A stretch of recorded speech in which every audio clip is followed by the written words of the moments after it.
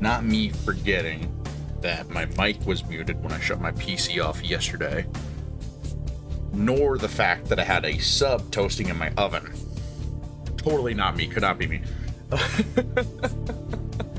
Hope you all are doing well today. I'm running a little close to the chest here. I ain't gonna sugarcoat it. I don't know why the whole ain't gonna sugarcoat it thing is taking off with me, but admittedly, it has begun. It, boy. Are you here for the rage bait? Ooh. Hi, Soup Dog. How you doing? Just a vibing. Baby, no money. Boy, baby, no money. I don't know any Baby No Money songs, but I did purposely spell stuff in the title wrong.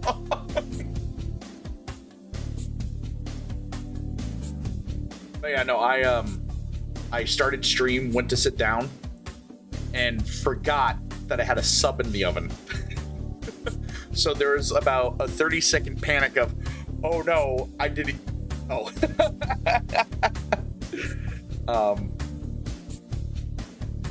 But no,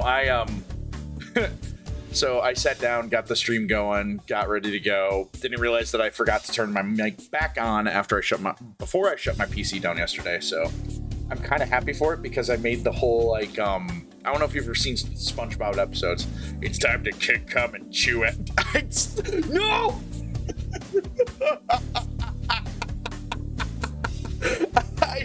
I meant gum. I meant gum.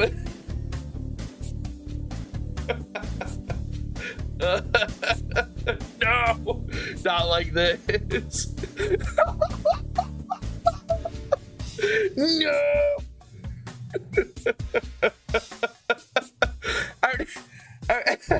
It's just my it's just the name. It's just the starting soon screen. Oh, I'm not even like trying to clip farm shit.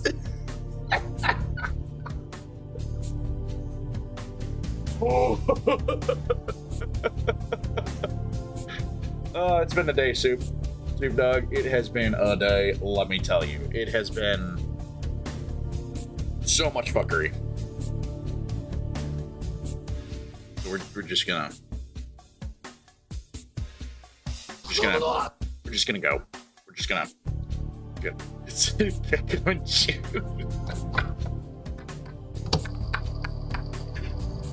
Oh, that's rough. That's rough, buddy. All the things you only get here when you're on the pre-stream, let me tell you what. Oh, you know what I should do?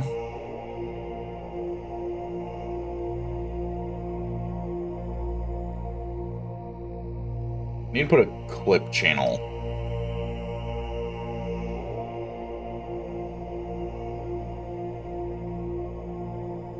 Oh, let me do that. What do you think?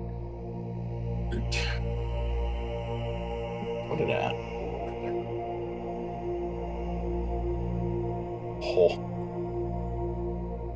Oh.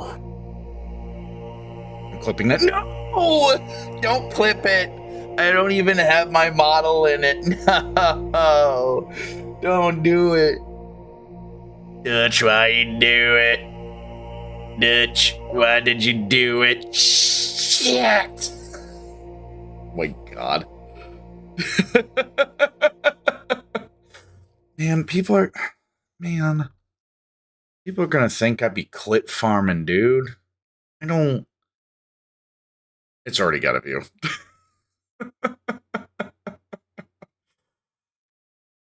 Oh no. I gotta see it.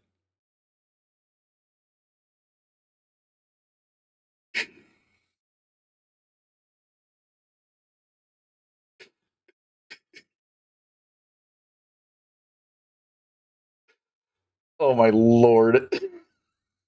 Thank you for the clip, Soup Dog.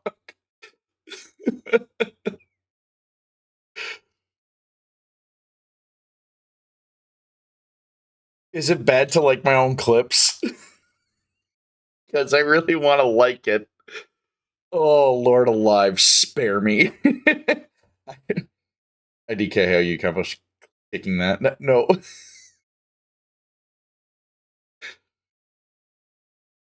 I mean, the way you would do it realistically, right, is you would just, it'd be like kicking a puddle of water, I guess. Also, my eyes are freaking out, and my eyes on my Twitch model are being weird. Let me go ahead and get the music going, shall we? I'm thinking what we should do too, at some point, is actually go through and read all that we got. Pretty much, I'm not offering any assistance. Look, dude, I'm already in a deep enough hole as is. I don't need. I don't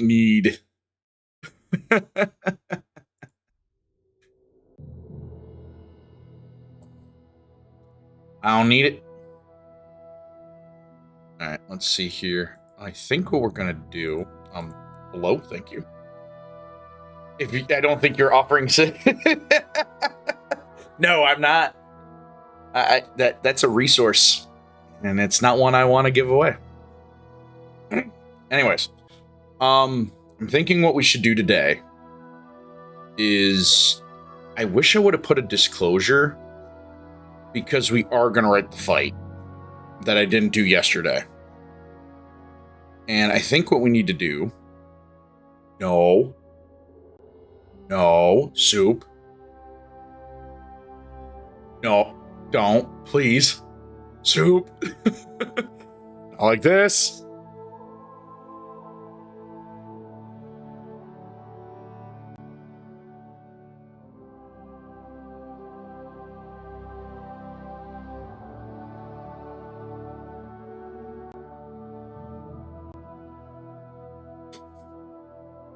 I appreciate you taking the willpower and diligence not to elaborate. Also, because it's bothering me, I can't tell if it's just because it's like out of the corner of my eye that it's bothering by, but we're gonna recalibrate the model real quick. Hope you don't mind. Me. Alright, let me just deadpan freeze stare at the screen real quick.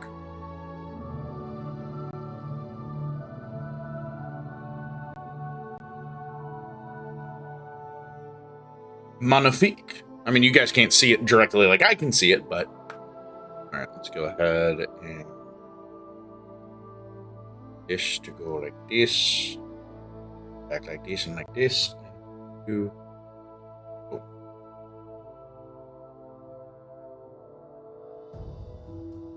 Alright, cool. Eyes are actually working properly. I think it's because I have like a natural squint. Also, hello, Dotment. You missed nothing. Don't scroll up in the chat or look on the Twitch channel. You won't see anything. Which... Why do I want to say Eris? Godspeed with your final tomorrow. I do find it funny that it is your first final. So Godspeed, my friend. Speaking of Godspeed, it's like done. I'm thinking what we're gonna do today is I think we need to write out the fights and then finish. No, he didn't. He missed nothing. I think we need to finish out the fights between Reagan and Dakota, Eerie and the Bloodsmith, and then wrap this up so that we can actually and go through and like make sure we didn't like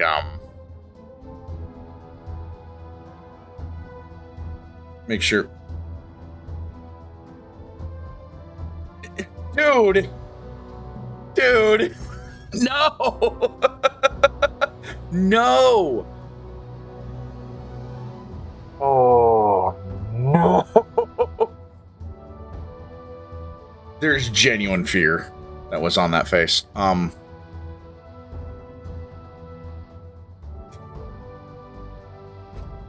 not escaping the allegations, man. I'm gonna get outed for being a freak on stream.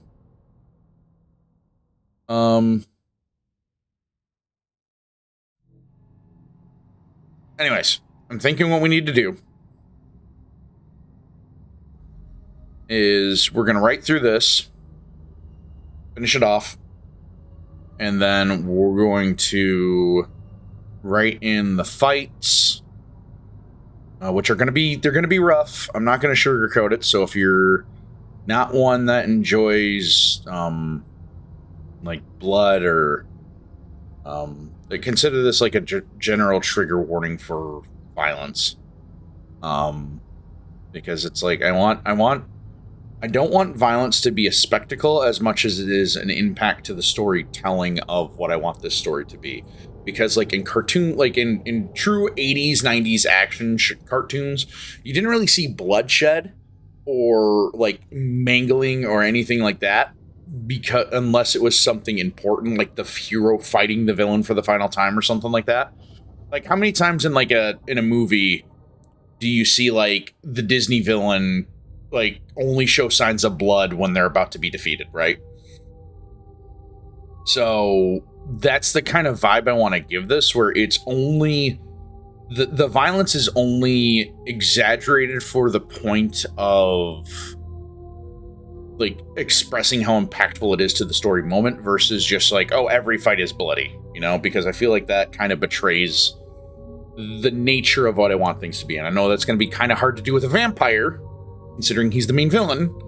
There's a lot of blood, but that's why it's like, if you've been curious as to why there's so many references to like crimson, dark red energy, things like that, is because I want to have it where it's not just traditional blood in the sense of like the actual blood. It's like, it's the magic energy derived from the blood, because his magic is blood crafting, not, you know, it's more so the idea that vampires, especially in this setting, it's more so that it's the essence of the fight, not, or essence of life, more so than like the specific blood.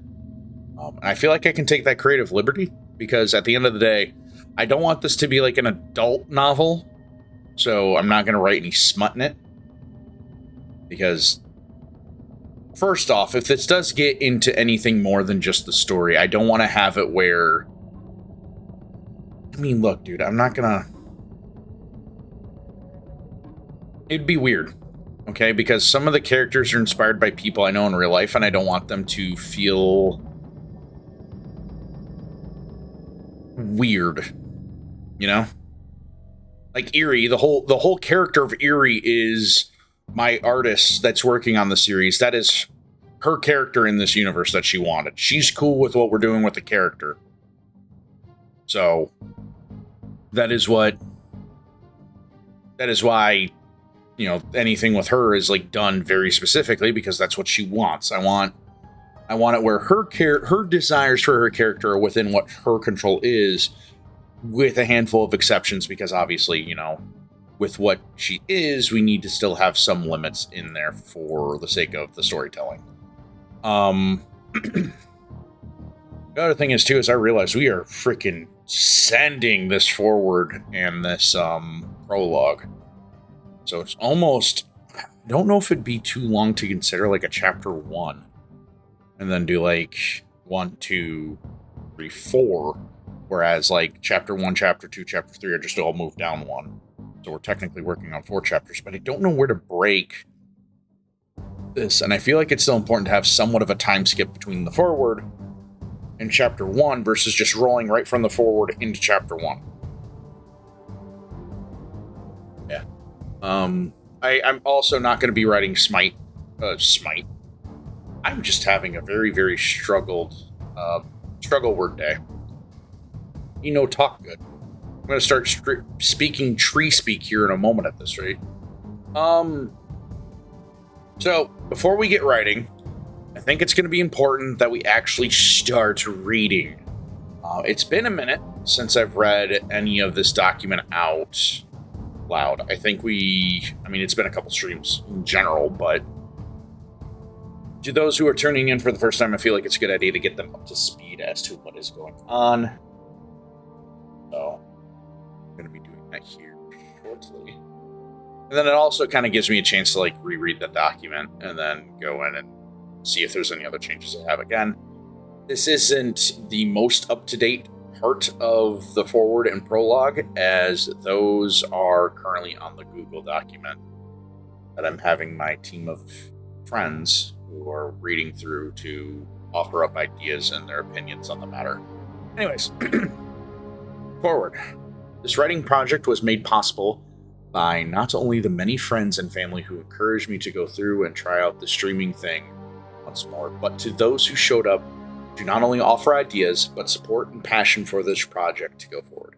None of this would ever have been, or would have, I can't read. None, winning's none. None of this would ever have come to be without you all here. Thank you all. Jared. You remember this place being much more alive back when you grew up in this town. You technically didn't grow up in the specific spot of town. You lived more so on the outskirts of town. You remember coming to this video rental store back then. It was what was it? It wasn't a Blockbuster, yet you recall the logo vividly on the side of the building being blue next to what was once a cheap pizza chain store. This oddly shaped strip mall was more like a corner L market placed from two of the busiest intersections. Many of your Saturday evenings growing up here were spent looking over all the various movies, games, candies, popcorn selections, and books for rent in this now worn down building. Odd for a movie rental place to have books along with their movie selections, but it fits the vibe of this place naturally, especially given how much of the town often felt put together from random bits of different cultures from all the different European heritage that coalesced here, this once booming lumberjack town, time before your time. You exit your car, locking the doors out of habit from living in a larger city. You were well over an hour away from home, yet you're not sure why tonight, of all nights, you wanted to come here, especially as you just left your parents' house not too long ago. But you came here anyway. Nostalgia, memories, yearning for a simpler time. The answer never quite came to you, but regardless of the answers not given, find your face in the darkened reflection of the glass doors to the building. It had long since been empty, just racks of empty shelves lining the walls, and boxes filled the place. Whoever owned it since then seemed to try and rebrand the store into other pursuits. A comic shop, a bookstore, a gaming shop. All seemed like failed ventures once the town started to catch up to the modern era. The owners never parted with the building, probably due to wanting more for the establishment than what buyers were looking to buy it for. Test the doors, expecting them not to open. To your surprise, though, they do. You gently pry the door open to see that even the lights were still on inside. Tinted glass would explain why you didn't see the lights on, as that was definitely newer. Yes, just missed the owner. Regardless, you move into the store, phone in hand as you get ready to record the trip inside. Suddenly, you get a feeling that maybe recording yourself trespassing is probably not the best of ideas right now. Sure, it was unlocked, may be a valid excuse to let yourself into your friend's house, but not here. You put the phone away as you look towards your pocket. That's when you notice a box with a note on top. Sitting on the countertop next to... Ow! Wooed. Sitting on the countertop next to you, you glance down at the note and read it. Check with Marty. Found these in the attic under a box of old promo posters when we had that deal for Friday BOGO popcorn packs or whatever. Never heard of these cartoons before. Can't find anything online. Ask him if he wants to try to give the nerds upstate a call. Scott. Kept you on your toes. Speaking of keeping on your toes, the heist is ready for you, Soup Dog. You look down further into the box and see a stack of neon packaged VHS tapes all sorted and stacked neatly with what looks like the classic Star Wars A New Hope box art. Clearly satirized and done up with characters you've never seen before.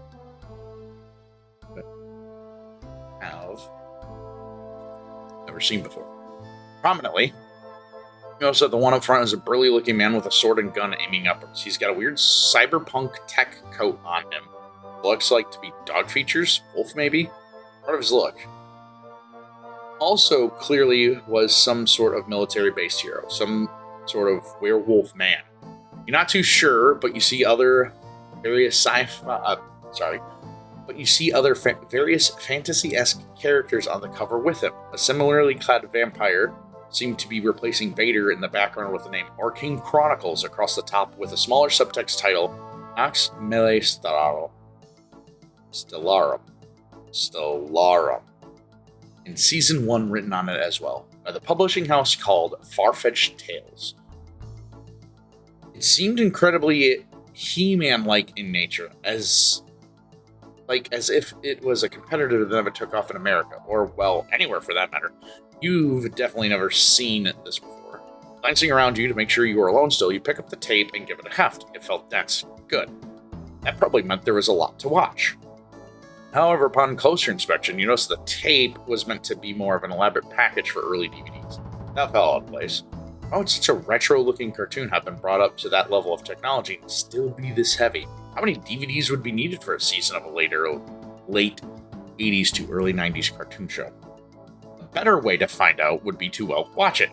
You pop open the case and see how many discs were inside, and to your surprise, it had a white index card-esque note inside with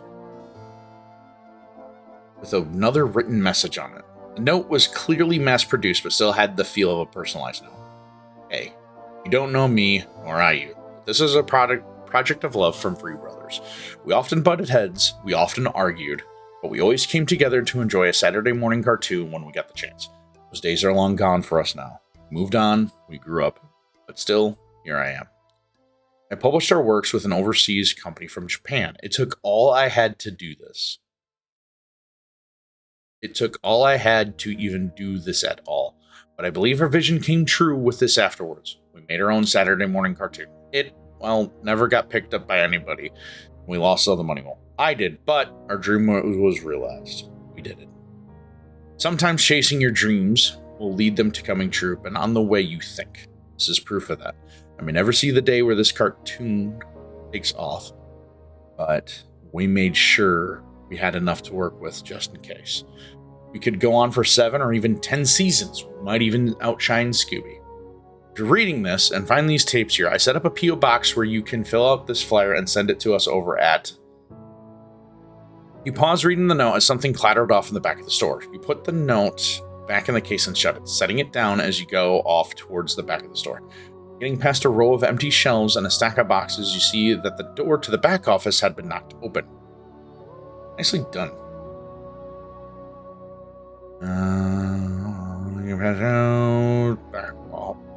The back office had been knocked open, revealing more mystery than you would have expected on this nostalgia-driven trip. The office door was opened by another stack of those VHS tape-looking cases having fallen out of another box haphazardly stacked back behind the store. No other visitors yet, it seemed. Sighing out in relief, you decide that even though it is probably a crime and possibly an issue with your moral compass, you take one of these cases and look about before looking into the office to see if there was any other surprises in. From what you can see, there are only 2 of these boxes available to look through. One having what looked like ragged old shirts for employees in it, and the one that knocked open the door. Satisfied with your lack of finding anything, you decide now would be a very good time to leave with your mystery in hand. Oh! Takua! 3! No! Holy shit, we had a Bionicle question! Wait!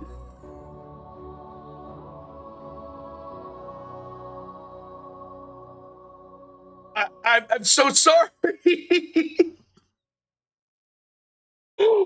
Oh! No! Give credits. Was it easy? What was the difficulty of the question? Medium.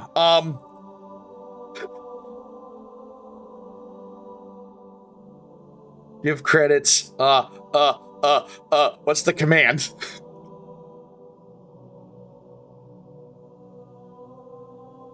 no, I failed you. Hold on. Shit. No. We had a bionicle question. I didn't freaking catch it. Are you... Oh, okay. Sorry.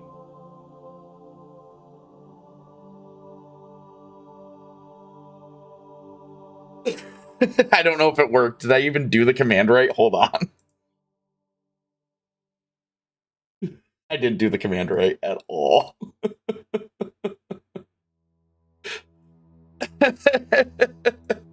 I'm so sorry. I feel so bad, Soup. I feel so bad. I guess now's a perfectly time to mention this, though. If you ever need to get my... Don't worry. Okay, thank God. But still, I'm like, it's Takua, man. The best boy. Sorry, my voice is also shot from work. But if you type in my name, I guess hold on. Yeah, it pings. So you can actually, so if you need to get my attention, if you type in that, the @ SavageED, TheSavageED, it will ping me.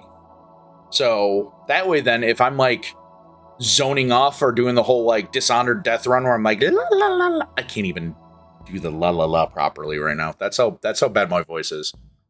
Work was very rough today. Anyways, where were we? You just need to hit it once and I'll be able to see it. But I'm honestly floored we had a bionicle question. Like, sincerely, I am floored. I was not expecting that. Like, out of all the things to have. Let me go. From what you can see, there are only 2 boxes available, mystery in hand. This would prove to be a decision that would change the course of how you looked at your nostalgia when dreaming of your youth. You had now set something in motion you could never quite understand, and the journey to learn more about this arcane chronicles would lead you down upon. Taking the case of DVDs in hand, you decide to resume looking through the case. You're surprised you see that there is not only a disc for Season 1, but also an OST for the show, a documentary disc, and a poster of all things. Lamenting that your car didn't have a CD player, you wait to listen to it until you get home. The note still hung in your mind. Being a responsible driver, you left it alone in the case. Questions? I'm so sorry, I sneezed. Wait, that's his name? Thank you. I didn't even have time to mute my mic. I try to do that when I sneeze. The note still hung in your mind, but being a responsible driver, you left it alone in the case. Questions lingered in your mind. Your trip home gave you plenty of time to dwell on what would be revealed when searching and looking up this series. Prologue, Episode 0. What of the dreams that come from darkness? Thursday, April 28th, 2698. ENFT. A handful of years before the current story. Alright, we do need to actually change this.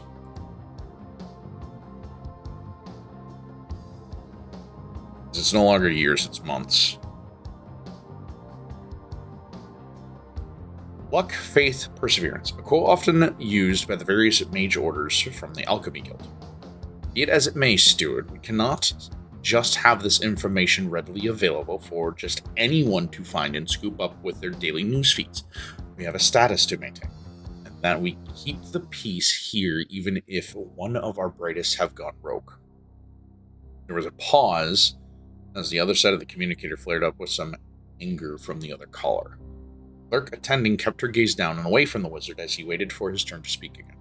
Things have not been going well since what transpired the other night, as rumors of the mysterious killer on the loose had once been a postman, a powerful augmented agent, the highest ranks of government, made to keep the peace. It would be devastating to the trust and security of all that they, the postmen themselves, aim to do. She rubbed her temple as the stress from All this transcribing made it difficult for her to even think all the ramifications that would befall this branch had this got out. How much money will I get if I wanted to animate this entire thing? Well,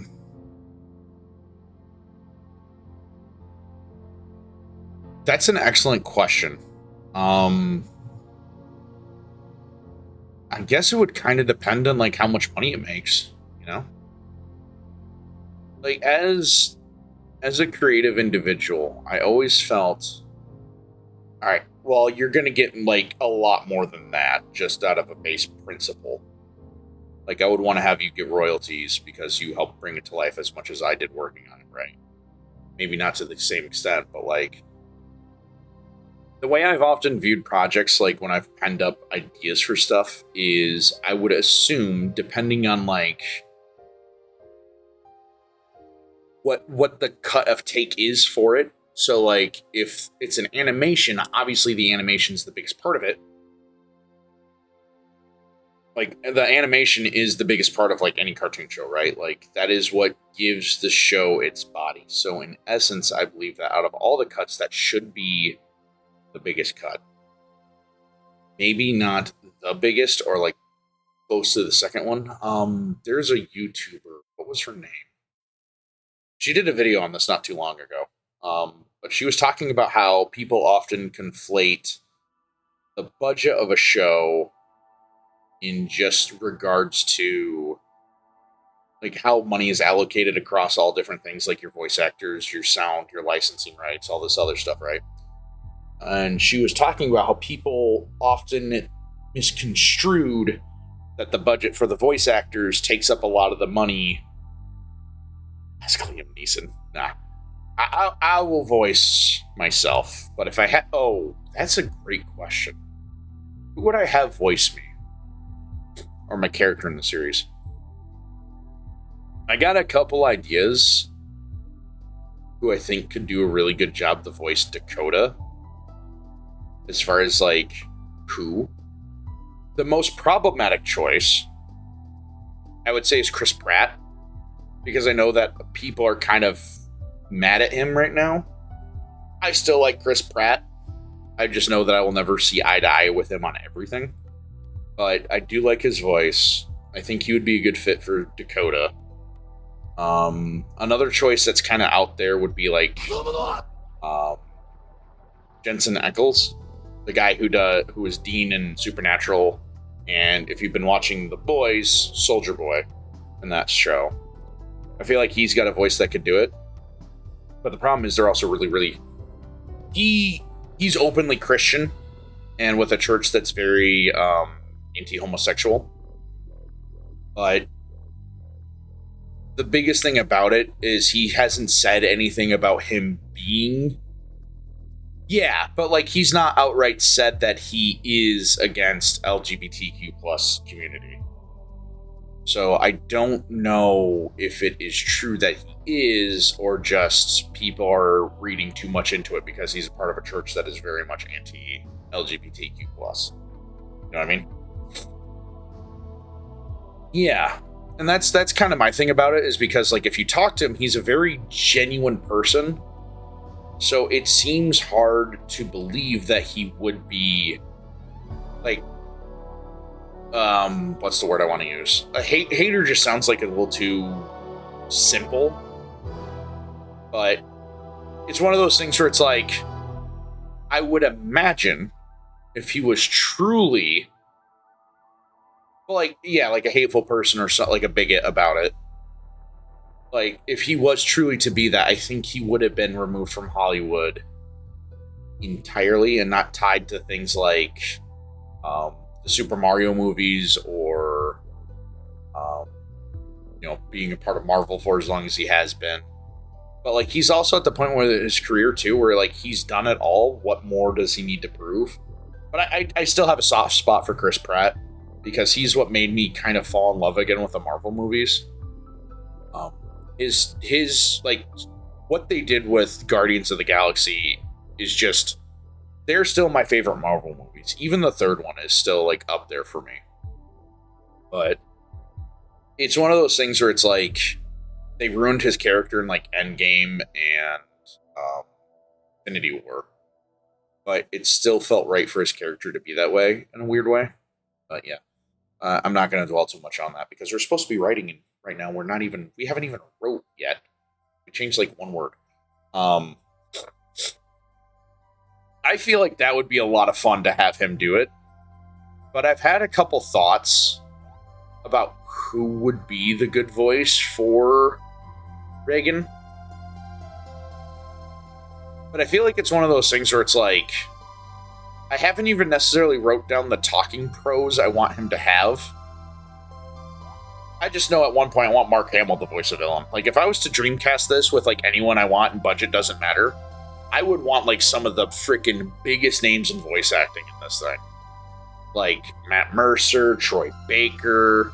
I mean, like, hell, I think even Pedro Pascal would be a really fun person to have in this series. I wouldn't know what he would do, but I think he'd be fun.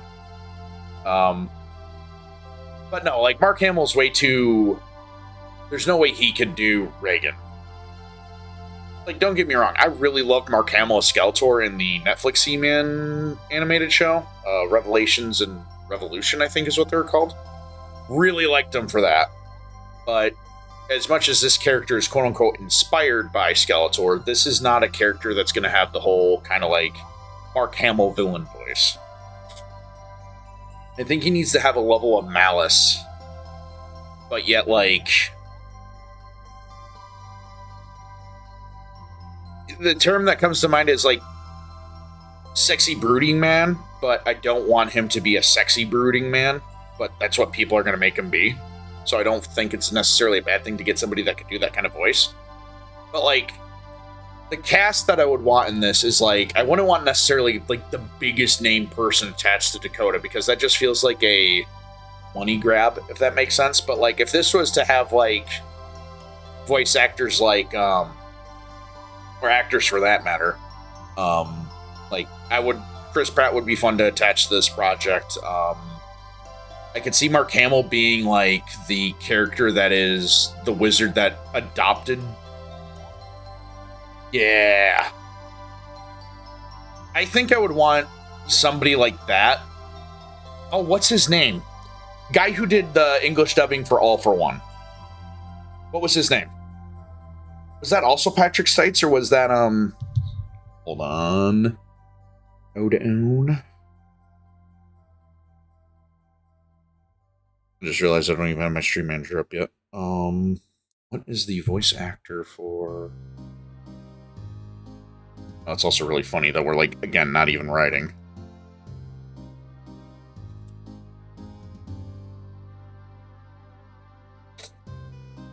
John Swayze. I really like his voice that he does for All for One. I think that'd be a really, really fun one to have for it. Another person I would want is, I think it's Kevin Silverstein?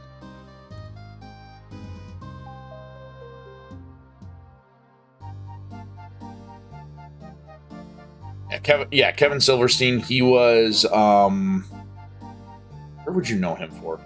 If you've ever played, let's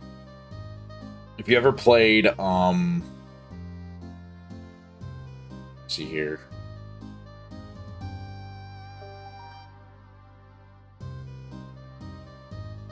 I think it's Hunk from Resident Evil. The voice actor for him.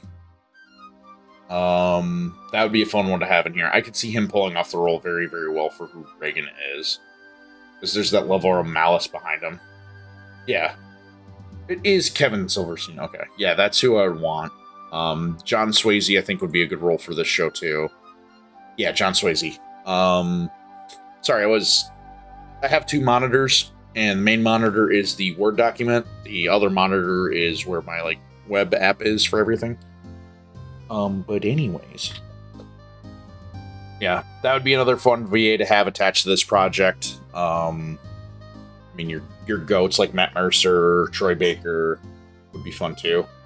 I know enough because I have a bad habit of picking up on voice actors just by hearing them in things. Like, I'll be like, oh, I recognize that voice, and then there they are. Like, McCree's voice actor, or sorry, he's not McCree. He's, what's the cowboy name in, Overwatch? Thank you, Cole. That's Matt Mercer. Troy Baker is who did the VA for Indiana Jones and the Great Circle. Very talented person. He would be fantastic in this series too. You got Travis Cunningham, I think is his name. Yeah, Matt Mercer. It's his dead name, right? I'm dead naming Cole Cassidy, or was McCree his like quote unquote crime name? I don't know enough about Overwatch lore. But like also Steve Downes, Master Chief's voice actor, would be fantastic in this series. I would have no idea who I'd cast him as, but I think it'd be also a cool character to have as like part of like the trifecta of people that help train Jared to be who he is. So like the wizard would be Mark Hamill, the one that adopts him and takes him in as his, as a guardian. Because I feel like Mark Hamill could give that like chaotic energy that the wizard would be. Steve Downes would be the boxing pugilist mentor that Dakota will reference in Chapter 1. Yeah. That voice isn't anything... Exactly. That's also kind of part of the reason why I'd be like a good hit for somebody like him or Troy Baker, just because they're so freaking talented. But also, I would want... I'm terrible about female voice actors, or voice actresses. I don't really know a ton of them, just outside of like who they acted as. I think it's because like a lot of times when I pay attention, and this is going to be sounding absolutely terrible the way I'm going to say this, but it's like there's a part of me that's always wanted to try voice acting, and so like I gravitate towards male voice actors so I can like mimic their style because I pair a lot. Yes, that would be fun to have. I think she would nail the character that would be we never actually gave her a name. Jared's adopted sister in this series. I'm gonna call her Emily. She would be a great fit for Emily. If we're pulling from the Amazing Digital Circus, oh yeah, no, she would be in it for sure. I don't know who she would voice act though, but she would have to be in it. I mean, really, anyone from Critical Role would be perfect too in this series. Not that I'm trying to like be the Critical Role glazer, but they're talented VAs. Like Travis, he was in several things. Like he was Fred in Halo 5. He was, I think he's also in Endeavor. Another one that would be freaking sick is Bradley. Let me make sure I got his name right because I butchered it the last time.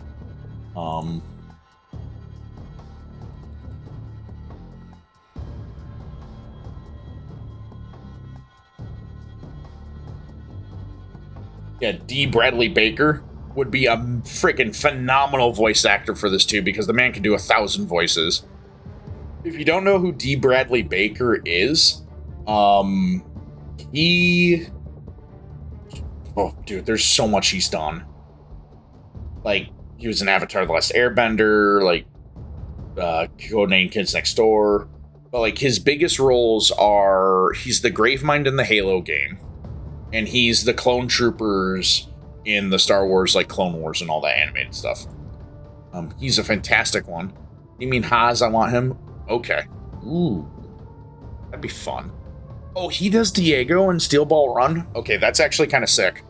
Yeah, but Matt Mercer would be in there. Travis Cunningham? Is that his name? But also the, John Swayze. I mean, Christopher Sabat, voice of Vegeta, voice of All Might would be fun too, but his voice is too distinct. So it'd be hard to like have him be something that's like a major role. He would have to be like a 3-line Andy is like the worst way to say it, but that would be like what his role is. Like I could see him being Christopher Sabat's voice actor. Like if you haven't seen the pilot for Gamerverse, yeah, Willingham. I'm so sorry. But yeah, no, he would be fantastic in the show, in the series too. I could see somebody like Christopher Sabat being like the leader of the Red Veins that Reagan takes out to take over. Yeah, that'd be a fun. That'd be a fun like 3-line throwaway character, you know. Sam Wright, is it Writer or Witter? Let me double check.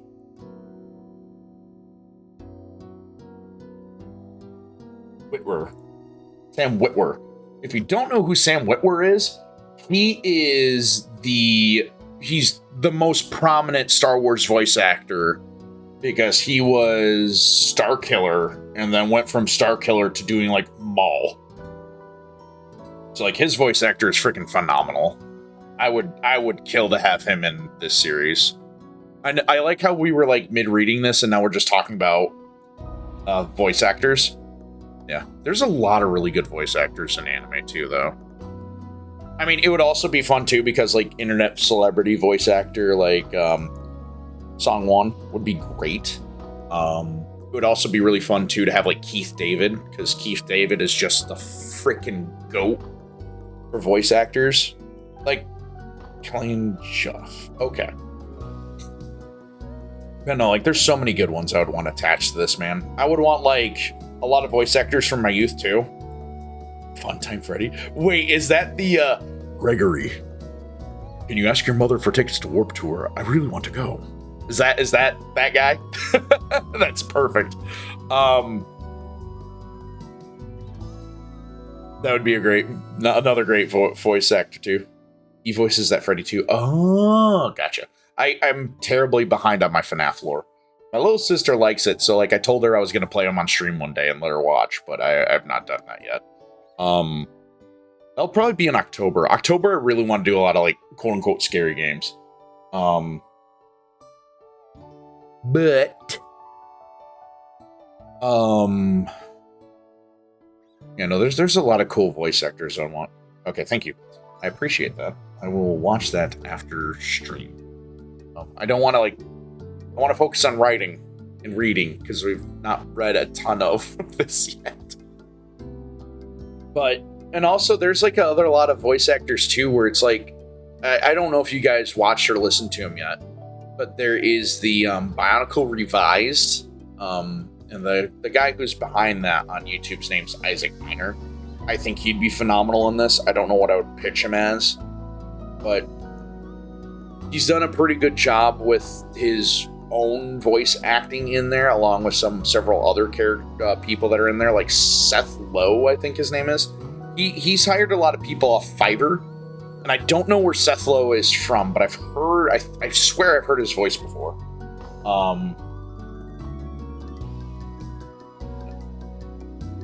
Oh, that Freddy, okay. Sorry, I just went there, but let me do.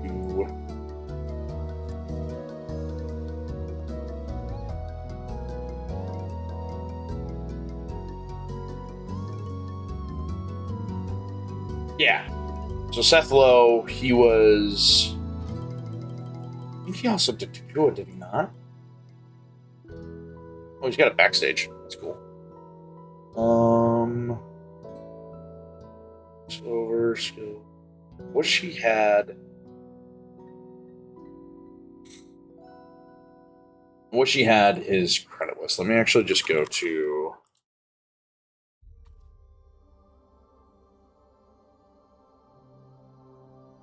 Oh, I mean, it's more so I don't have it set up for OBS to do. Oh, I don't want to continue the cult of Bob Lazar. Thank you very much.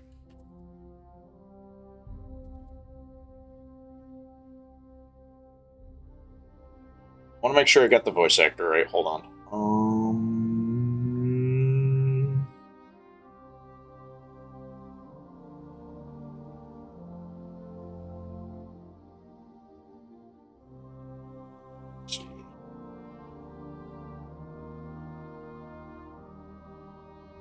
Yeah.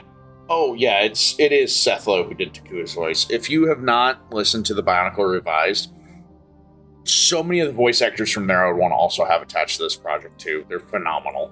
I don't know how Isaac Fenner. I think it's more the reaction, so no, that's fair. But no, when I watched Golden Wind, I watched the sub, not the dub. I'm weird about anime where like there are some it's like I have to watch the sub, and then there's others where it's like no, it's dub all the way. Like My Hero Academia was 100% a dub watch, whereas JoJo was all sub. So, anyways, speaking of sub and dubbing, we better sub and dub our way through. Dude, yeah. There's just some really talented people out there. Speaking of talented people, not me. Things have not been going well since what transpired the other night. Now, I understand the public needs to be aware of this, the wizard said calmly, despite the red of his face betraying what emotion he was really feeling. But if we admit that it is one of our own, we risk losing the very thing the postmen were aiming to do, keep peace. Turn back to look out over the night sky of the city through the massive window atop the spire they were stationed in. Yes, we will be changing up the missions for the postman to go handle this as a top priority. No, you cannot say that this may be a rogue postman, as we cannot confirm that yet. For all we know, this is just another villain dabbling in some dark magic that the judges are not too concerned with. The clerk looks out to the night above the city as well. Years have passed since the founding of the postman, and even in that small window, the amount of trust that people put into the postman had been staggering. They were untouchable in the eyes of the public, a group of heroes that continued to do good for everyone, not just the rich and powerful did wonders. Who knew? She stopped massaging her temple as another message flared up on her hood from her monocle. 2200 hours, Stanford Tower, bring a recorder and a communicator, he wants to talk. The clerk glanced back over at the wizard, thinking he had stopped talking for no reason. He stood still, mouth slightly agape as he stared out the window. The clerk followed his gaze, her eyes now widened as she saw what her superior saw. A dark red smear began floating across the horizon, unlike anything she had seen before. The communicator flared up angrily once more, as if the other side had asked a question and did not get an answer in a timely manner. Wizard cleared his throat and exhaled. Yes, I know that this is very serious. He had now gone to talking about how they were handling and didn't need the help from a neighboring branch, that the agents on hand would suffice in handling this criminal. The clerk felt doubt in his voice as much as she had in her heart. They would need help if what they saw was who had been committing these killings. The communicator clicked dead as she verified the conversation was recorded for peer review later. I've only seen that kind of magic once before. The wizard tucked the brim of his hat down as he dialed a new number into his communicator. A series of pings rang throughout the clerk's computer. We haven't had to deal with a villain like this in nearly 500 years.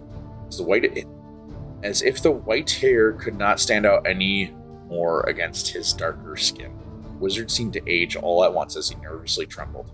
Fear was palpable. As a vampire lord, he murmured as his finger danced across the communicator's interface. He was putting a call to all available postmen in the area. The worst fear was beginning to be realized. As he did, another smear began to form in the night sky. Smoke and fire started to rise from the origin of that original smear. May the judges grant us mercy.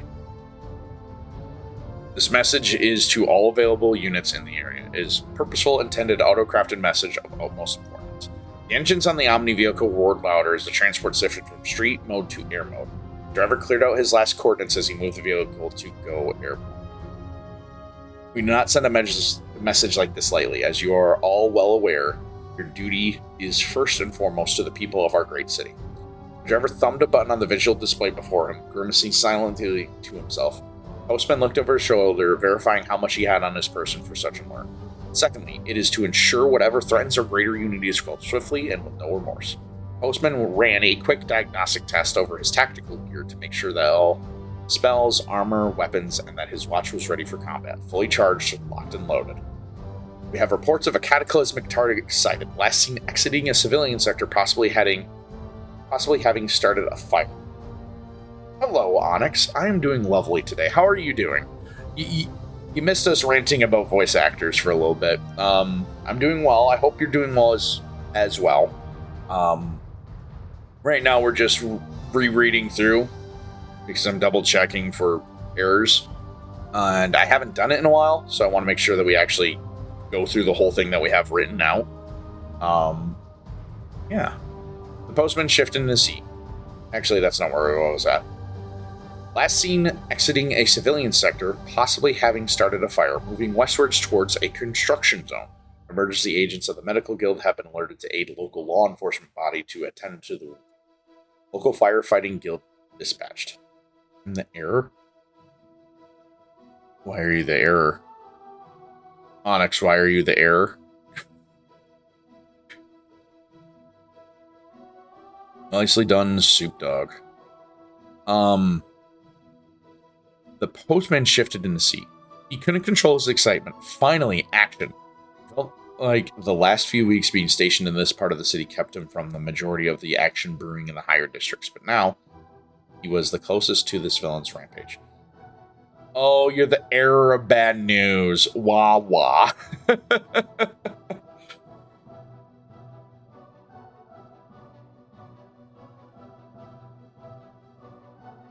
Control from... But now he was the closest to this villain's rampage.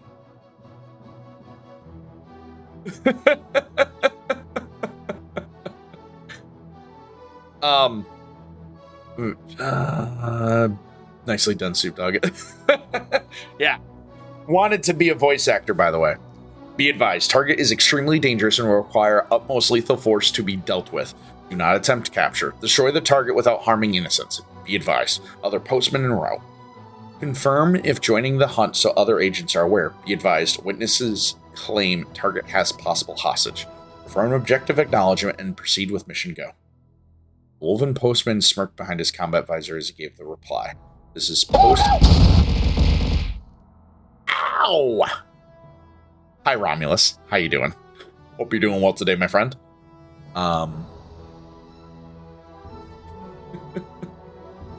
Oh, you guys. I'm doing well. Work was exhausting. If you can't tell by my voice is a little spent, but we're doing all right today. This is Postman Agent Dakota. Mission go. May this help bring about our destiny. As Jared, Dakota Howell, accelerated towards the target, he saw several other acknowledgements come through. But to his horror, he saw another priority message come through above all others. Thank you. It should recover once I go to sleep. When I deal with stressful things at work, I tend to sing. So I did a lot of singing today. But to his horror, he saw another priority message come through above all others. Mission rewrite assigning. All other available units proceed to forward coordinates. Possible outbreak detected. Be advised. Civilians compromised. Agent Dakota and Erie proceed in hunt. Other agents converge and help contain outbreak. Rendezvous with leading law enforcement agent groundside. Jared slumped a bit in his Omni vehicle seat. This definitely warranted the cataclysmic target designation. But what could cause a fire and then an outbreak like this and just flee the scene? A necromancer? A demon? Something wasn't sitting right about this, and Jared was itching to find out. Also, this would be the first time he got to do an assignment with the elusive agent Erie. He knew of her and heard she was one of the other first postman made, but didn't quite remember where she came from. No one remembered. Agent Dakota would check his gear once more before speeding off towards his target. As it is, so it will be. Postman delivered justice. Little did anyone deployed tonight know that this would be the start of something no one would ever come back from the same again. Jared least of all. I'm sorry, Soup Dog. You failed. Jared least of all. Tonight, Jared would meet something impossible to him. Vampire Lord. A postman gone rogue. As the ambient noise of the engines hummed in Dakota's ears, the postman ran through the myriad of outcomes of how this could go down with whatever this enemy was. Main base had not updated him on what the other postmen were dealing with themselves, nor if they had any confirmation about what the target actually was. No updates if it was a lich, necromancer, or anything like it. He continued to coax the Omni vehicle. Notice I have some errors here I need to address. See, this is also why it's important that we actually started reading through the main thing so I can, make sure everything was copacetically the same. No updates if it was a lich, necromancer, demon, or anything like that. Continued to coax the Omni vehicle to go faster as it zipped through the air. Dakota began pushing these concerns down into the back of his mind as he focused on getting to the target. He had to get them to them first before he could worry about how to take them down. Can't defeat your enemy without knowing what they are first. After all we all have strengths and weaknesses that need to be accounted for. These words flowed from his old mentor, Rank. The words flowing from his old mentor rang through his mind. Dakota normally wasn't one to be so concerned with a target's unknown strengths and the weaknesses, though. There wasn't much he couldn't take down alone, yet something about this mission seemed to make him take pause. Normally, anything that could do this was stated as soon as the call to action was given, allowing each postman time to prepare for the fight ahead. It didn't happen this time. Dakota was surely confident in his combat prowess, but had his doubts. Thankfully, he had Eerie accompanying him on the mission. And out of all other postmen he knew, she was by far one of the most capable. She never seemed to fail a mission, although her ratings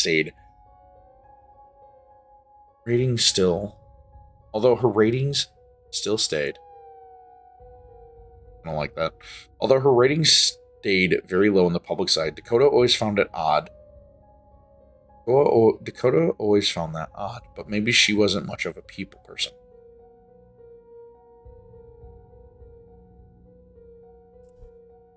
Odd. I'm gonna change this up real quick.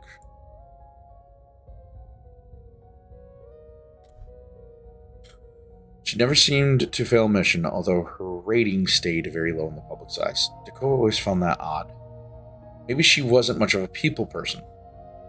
Oftentimes, she was sent on more specialized missions, handpicked by the higher positions in the order to deal with. Eerie had a very particular set of skills that often went hand in hand with death. It didn't take long for Dakota to eventually catch up to the target, as the glowing crimson color clouds surrounding them made it rather easy to see them in the night sky. The postman growled softly as he slowly began to piece together what he would be fighting. The crimson cloud was the first giveaway. He wished he had some blessed munitions on him, as there was only one thing he knew of for sure with that kind of power: a vampire. As he readied himself to go into the night, his vehicle began to confirm his knowledge, not by its own volition, but by the communicator flare. It was a postman on site where the fire was, calling out to main base about what the situation was. Downside. HQ, be aware. Fire is being put out, however, contagion is confirmed. Some civilians in the sector have been compromised. Multiple deaths. Outbreak to be vampiric. We could try to contain and knock out targets before the vampiric outbreak spreads. However, we do not have the munitions available to do safe containment at full capacity. Orders. Dakota's heart sank. There was only one order he wished he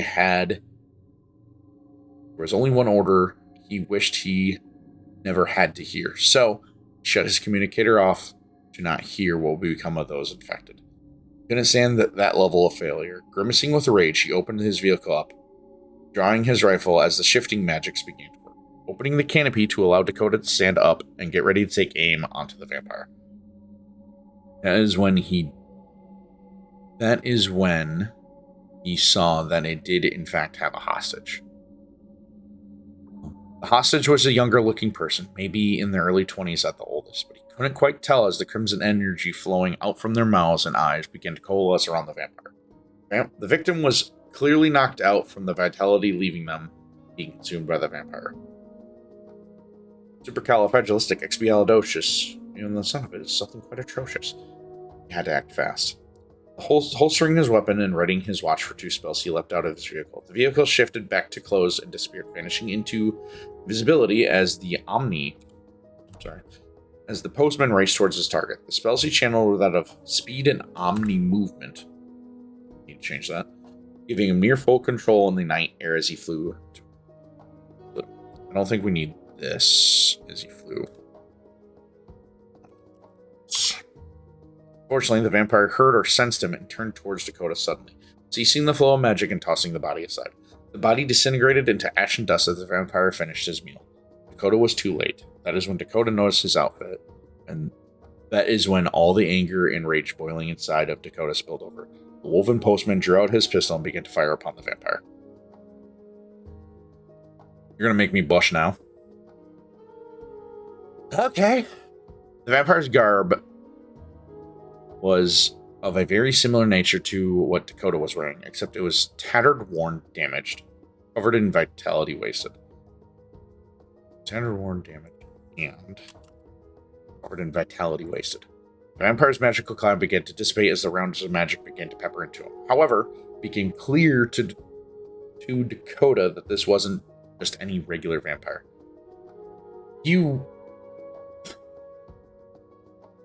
That would have been a better time. Admittedly, that would have been a better time. The vampire's garb, vampire's magical cloud began to dissipate as the rounds of magic being peppered into it. However, it became clear to Dakota that this wasn't just any regular vampire. Well, he should already know that it's not a regular vampire.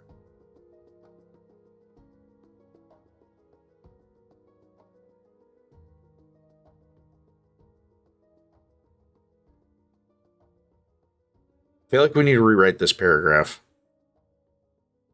Because he knows it's a vampire, but the fact that the bullets do nothing should prove. I feel like this paragraph might be out of place. I feel like it is important to do this. This bay as the rounds of magic began to pepper. However, it became clear to Dakota that this wasn't just any regular vampire. Became clear to Dakota that this here wasn't just any regular vampire.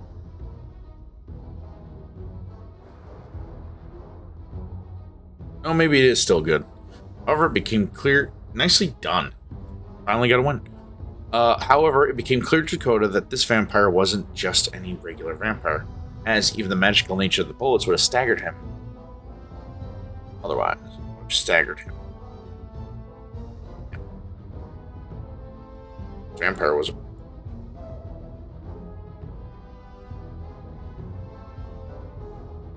postman. They had just doomed so many people. Dakota didn't want to believe who it was. Fortunately, the vampire sense turned body disintegrated. That's when Dakota lost his outfit. That's when all rage.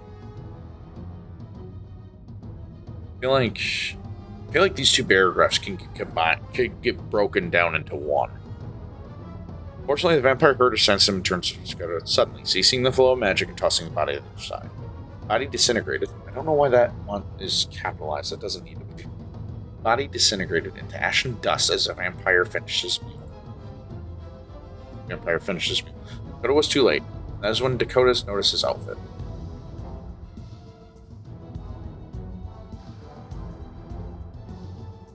Vampire's garb was then very similar to what Dakota was wearing, except it was tattered, worn, damaged, and covered in vitality waste. That is when all the anger and rage boiling inside of Dakota spilled over. Wolven postman drew out his pistol and began to fire upon the vampire. Magical cloud began to dissipate as rounds of magic began to pepper into the target. However, it became clear to Dakota that this vampire wasn't just any regular vampire, as even the magical nature of the bullets would have staggered him.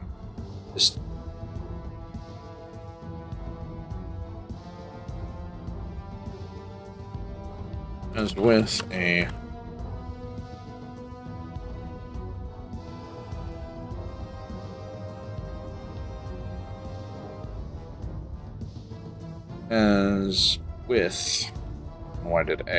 As with a regular vampire, even the magical nature of the bullets would have staggered it. This vampire was a postman and had just doomed so many people.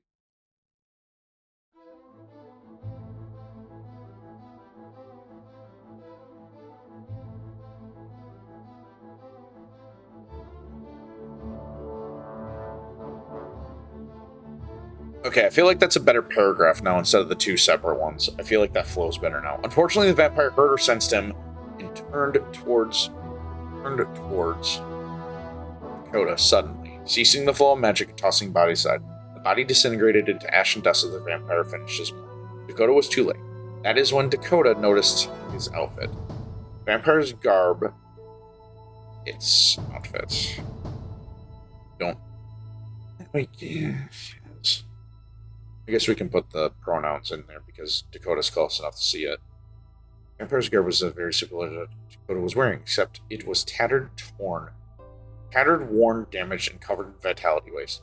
That is when all the anger. Well, Romulus, I appreciate you stopping by, my friend. Do have a good night. Thank you for stopping by. Take it easy. Stay safe. Stay frosty. That is when Dakota knows his outfit. And make good choices. Always make good choices. So that is when all the anger and rage boiling inside Dakota spilled over. That is when the Wolven postman drew out his pistol and began to fire upon the vampire. Magical cloud began. That's when I think we can break the paragraph. Because that makes sense to break there now. The magical cloud began to dissipate as the rounds of magic began to pepper into the target. However, it became clear to Dakota that this vampire wasn't just any regular vampire. As with a regular vampire, even the magical natures of the bullets staggered it.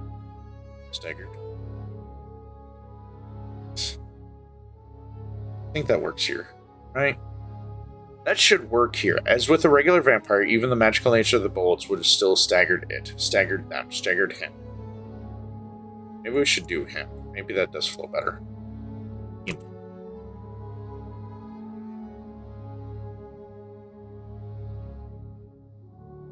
This vampire was a postman, and they had just doomed so many people.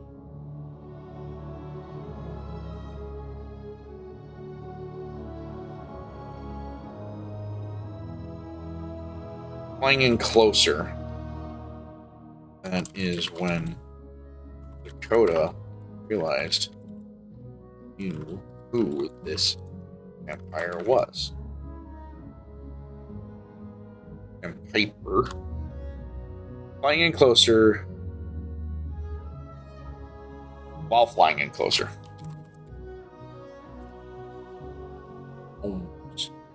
While flying in closer, that is when Dakota realized he knew who this vampire was.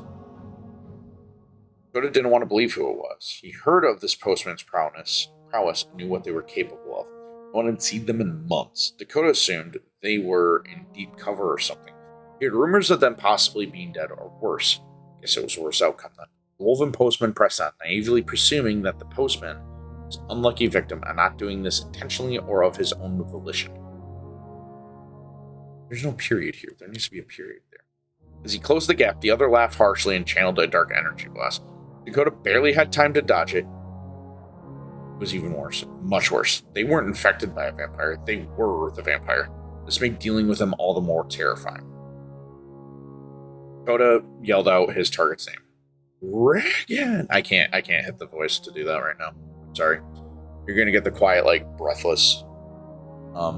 As he did, the gap finally closed. They collided in the air, the impact stunning the vampire, allowing Dakota to catch Reagan by his head. Clawed hands went for his wrists as Dakota began to somersault in the air before letting go, flinging the vampire towards one of the many unfinished buildings in this construction zone.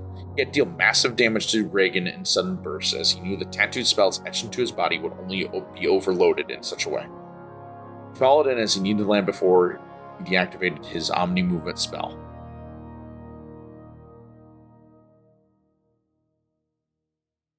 So he wouldn't crash down to the building as well. As he flew downwards, Reagan impacted on top of the concrete floor of the building, cracking the dried cement as he struggled to get back to his feet. Dakota landed a few feet away and fired at the fallen postman with his magic pistol, running the clip dry before readying another clip to slot in the weapon to resume his barrage. Reagan, you monster! What have you done? Do rest well, Dot. Thank you so much for stopping in, buddy. Hope you do very well with the first of your many finals. I don't know how many finals you have tomorrow, or in total, but best of luck, my friend. Get some sleep. We'll see you. We may stream tomorrow, but I definitely won't be able to stream Friday, but I'll keep you guys posted when we stream next. Reagan, you monster, what have you done? Dakota cried out as he felt his own heart pounding harshly in his chest. Reagan, who was starting to slowly get up, began feeling the rounds impacting his weakening shielding spell as he wiped blood from his mouth. 7 finals, you got this. You got all 7. It was clear to him that this was not meant to be a capture mission, but an execution. The vampire winced as the rounds began to hinder him, making him draw his own weapon to fight back against Dakota. From the side of his tattered coat, he pulled out a heavy and massively bladed revolver. It shimmered slightly in the pale moon's light as dark energy flowed down the length of the barrel. Dakota, not wanting to take a shot from a large magical hand cannon, dove behind a pillar. Checking his reserves, Dakota launched back out and took aim at where Reagan was, only for him not to be there, only to see the vampire now directly on top of him. Maybe because we know it is vampiric post directly on top of him.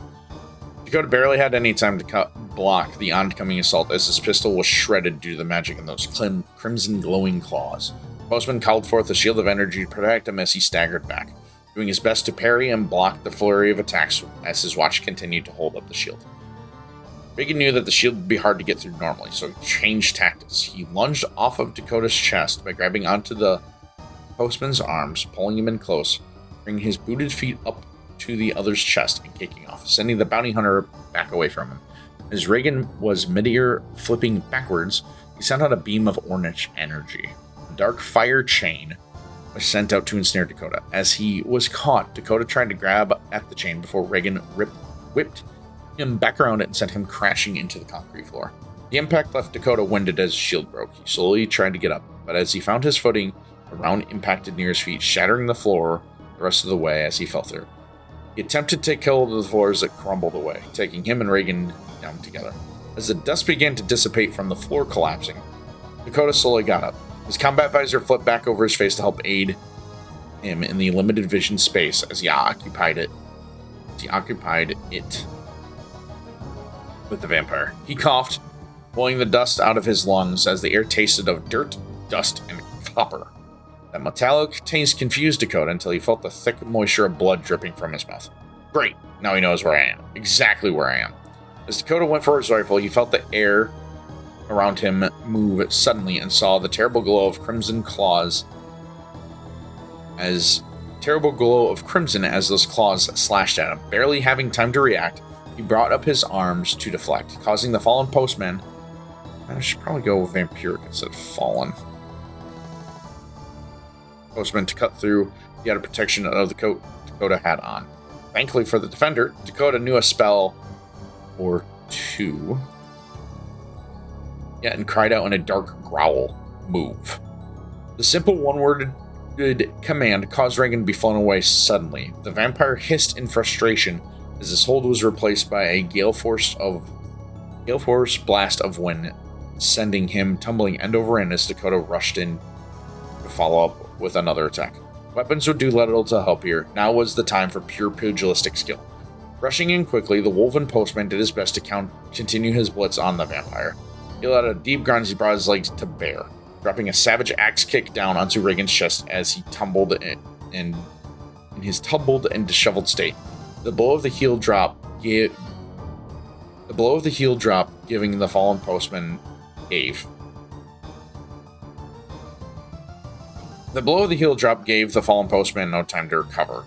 The hit made the vampire bounce up off the concrete floor into Dakota, spinning about and delivering a roundhouse and brutal haymaker to the vampire's face, sending him once more tumbling away. Rage was the only thing to be exchanged now. Between growls and hisses, between the impacts of fists and feet, Dakota needed his watch to recharge faster if he wished to do any major and proper damage to Best Reagan.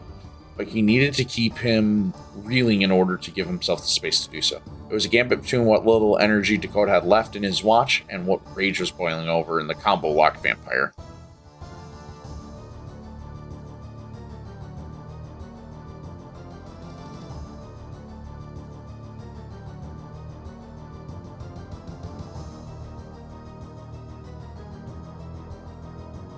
Each hit brought Dakota moments needed to...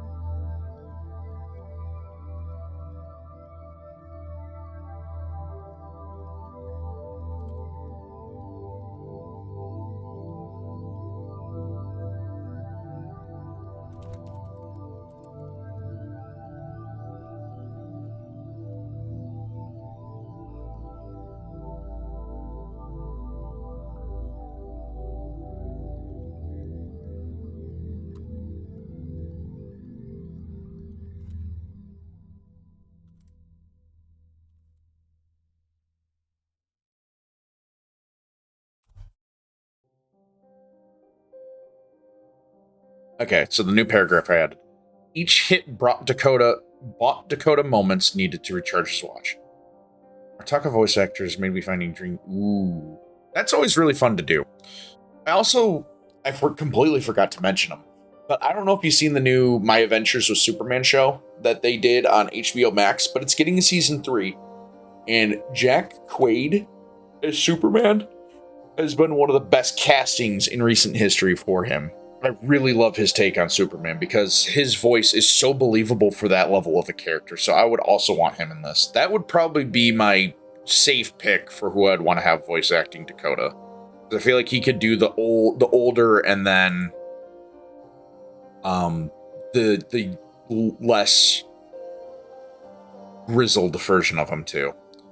The two continued on their brief exchange of blows. Dakota seemed to keep the upper hand as he brought his blitz to a pause as he suplexed and smashed the vampire backwards into a support pillar, rattling the entire building. His watch was still not recharged. He felt his body burning as he pushed himself to his limits. Reagan was still not down. As Dakota continued his desperate assault, the other shadow-clad postman stepped out from her cover. Finally melting away from the shadows of the nearby unfinished building, turning her gaze briefly away from the two fighting, she waited for a moment to strike. She wanted to turn her comms back on to hear how the others were faring in the initial outbreak zone, but she needed to focus on her actual mission here. If she failed here, there would be no safe future for their kind. The other postman dropped her hood back away from her eyes. She willed a shimmering pair of binoculars to help her focus back to away from the fight. Surely Dakota would hold his own for a moment longer. Seemed uncandid of keeping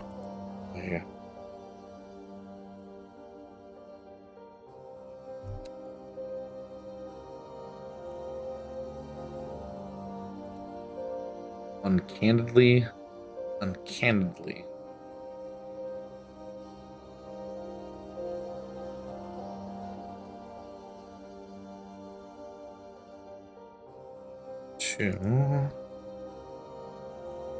I'm sorry you lost again, buddy.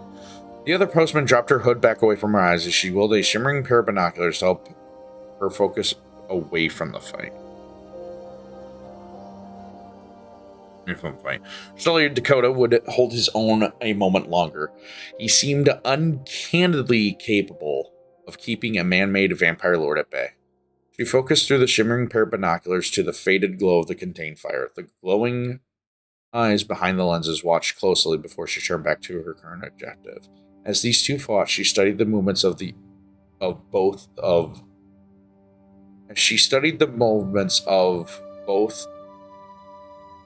postmen. Time seemed to ignore her, letting the fight pause as she seemingly wished to study things in the fight. That is when Erie made the connection. Reagan wasn't the only supernatural postman. I don't need this. Dakota felt it first before he realized what truly happened. He growled a bit before feeling his fist being pushed back away from the body he had been punching.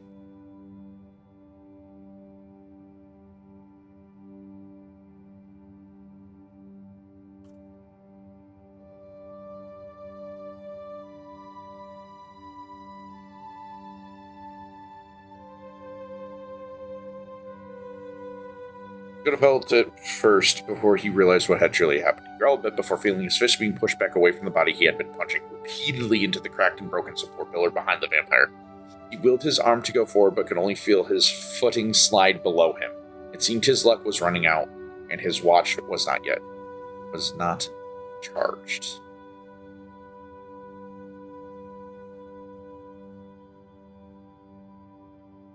I would never have gotten that. Desperation began to sink into his weary body. He had one option left. He didn't like this option. He didn't want to use this trump card. Sadly, though, Reagan knew this card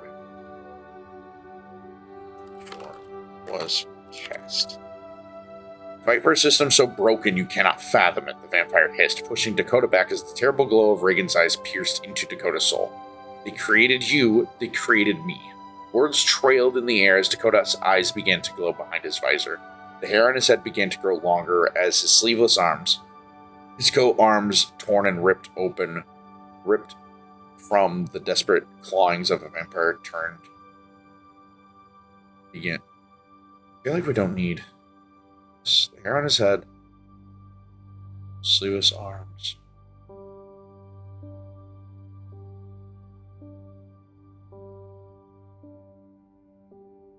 And turn darker with gray and brown fur. Monsters, the both of us. They expected.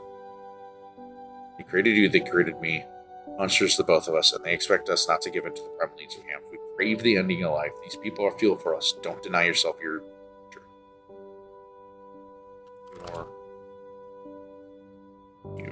future. Appleist. Yeah, that is a really funny word for it. As if it was a command, Dakota howled in rage and drew his captured hand back to headbutt Reagan. But it was when he felt the sharp pain digging into his other shoulder. The blade from the... Alright, now we get to start. This is where things are gonna get bad, people. This is where it's going to get bloody. If you are not a fan of blood, you might as well tune away for the next little bit because it is about to get messy, gamers. It's about to get very, very messy. I'm going to give a little bit of a pause here so that you guys have a moment. So that you're not caught by the unsqueamishness of what we're going to be writing here. So I think that's fair warning. I won't be able to timestamp it, but just this is where things are going to get bad. As if it was a command, Dakota howled in rage and drew his captured hand back to headbutt Reagan.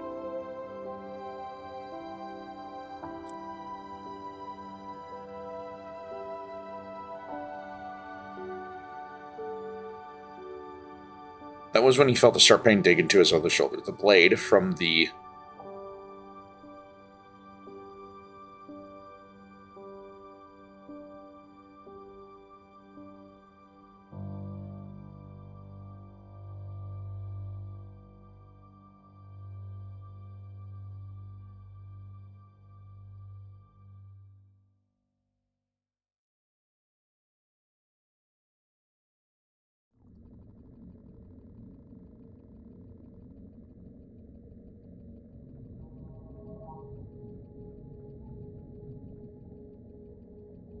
We're skipping trace amounts. I'm skipping a few songs, it seems.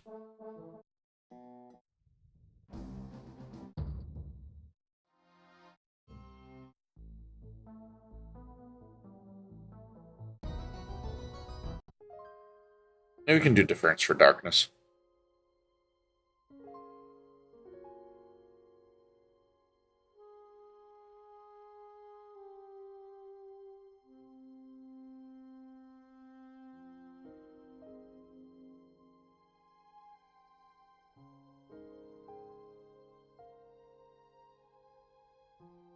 Just one moment, that's very good. My god, does Atrox. Ooh. I bet.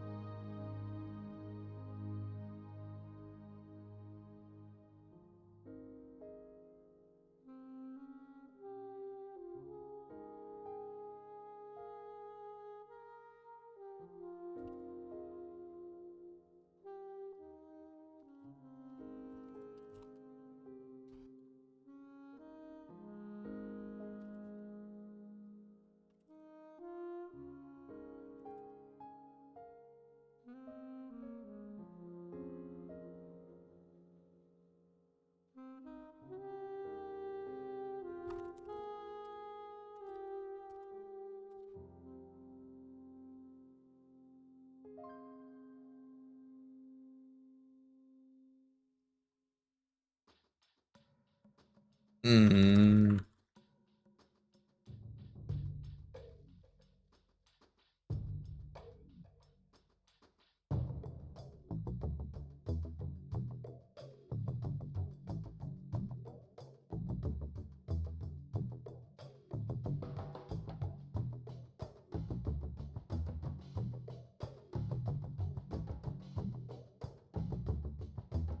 Here we go.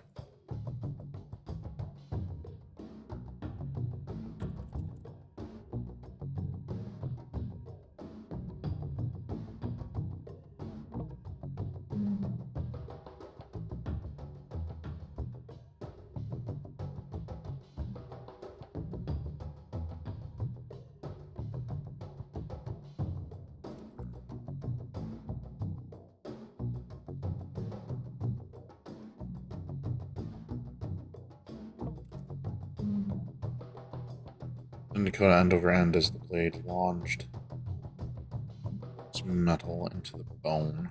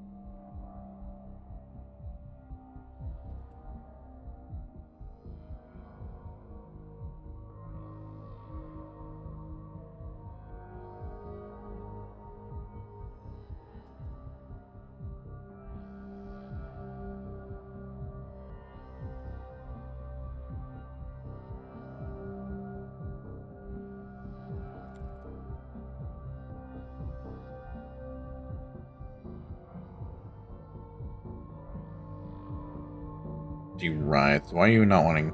Right, no, that... Lord, do I hate things sometimes. Like, one arm to remove... Hold.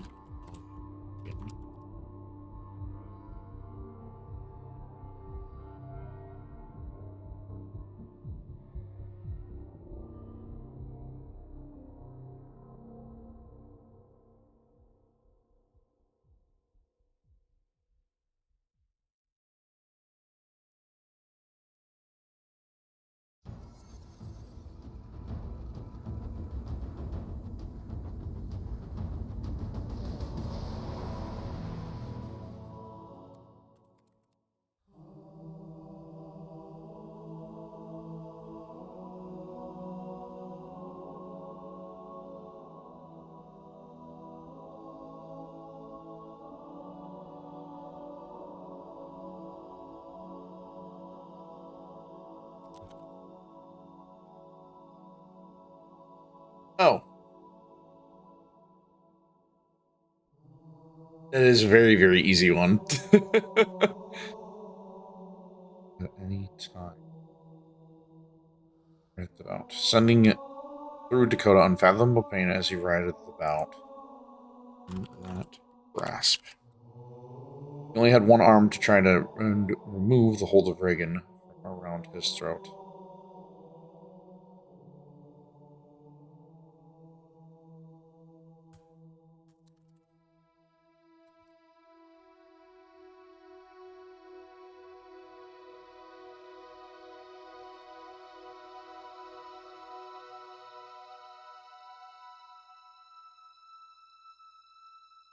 Side.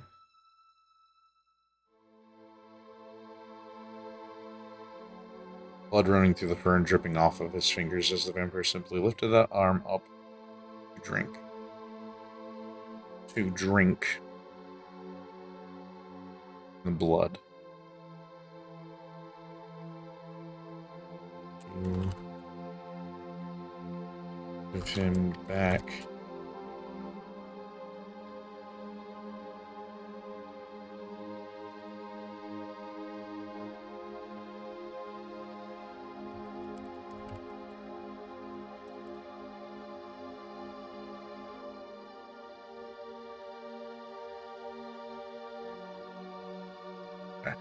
Good was all said. Run. Go back ahead of time to gasp from the cry welling in his throat before Crimson gasps. Release. The cry welling in the back in his throat before Crimson called hand.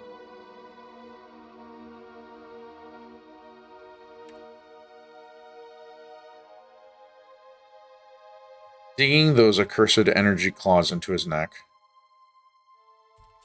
Reagan relished the sight. Dakota squirming. Agony.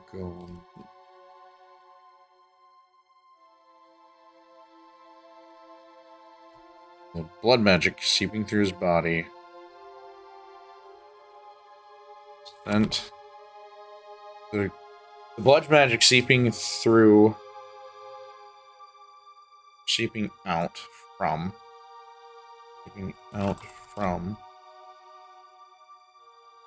Megan sent Dakota unfathomable pain as he writhed about in that grasp. He only had one arm to try to remove the hold of Reagan from around his throat.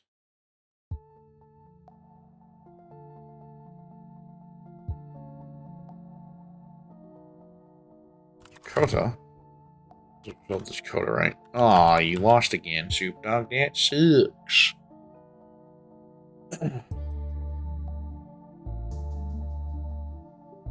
But only had one arm to try to remove the hold of Reagan from around his throat. His fist pounded uselessly against the sting.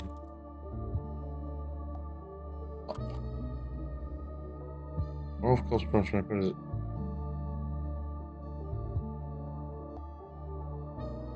Why would you want to eat your own index finger? That sounds like a completely good waste of your index finger. I'm not even gonna lie.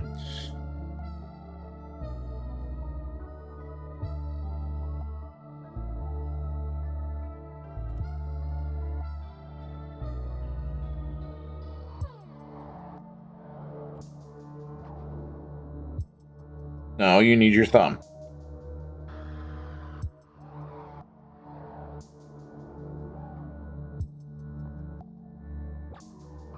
Oh, cursed. Werewolf cursed. The werewolf. Werewolf. I should just do werewolf. Werewolf. Werewolf's other arm hung weakly down by his side. Blood running through the fur.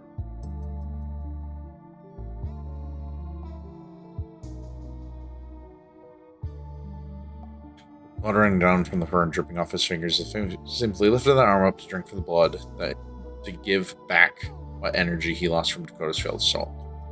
The blood was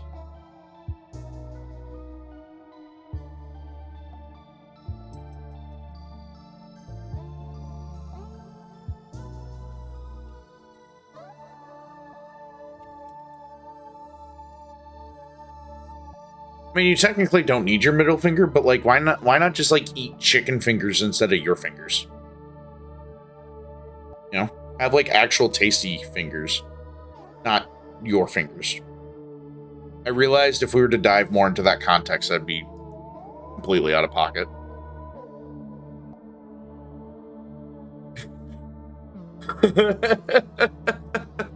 No, because sorry, chicken tendies, chicken fingers. My bad, slime. Werewolf's other arm hung weakly down by his side, blood running through the fur and dripping from his fingers, as the vampire simply lifted that arm up to drink from the blood to give him back what energy he lost from Dakota's failed assault. Chicken... Do your chickens need to be tended to? I feel like they might. Dakota's... Reagan spat the blood back out and cursed. He couldn't absorb this foul, cursed blood. No matter. He could finish. Gonna yet.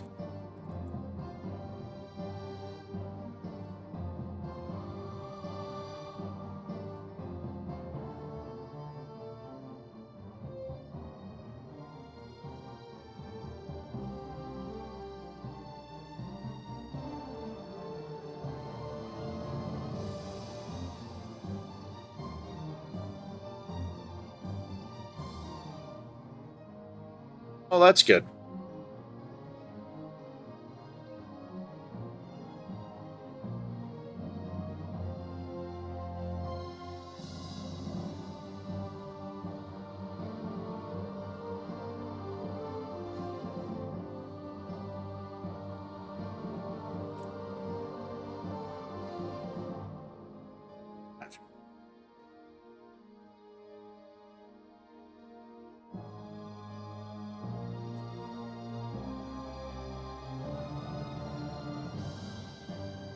Breathlessly, he felt his body shamble towards defiance. The hand progressed around the legs. Filled himself to cling to the air-burning chest. He glowered back the heavily breathing vampire.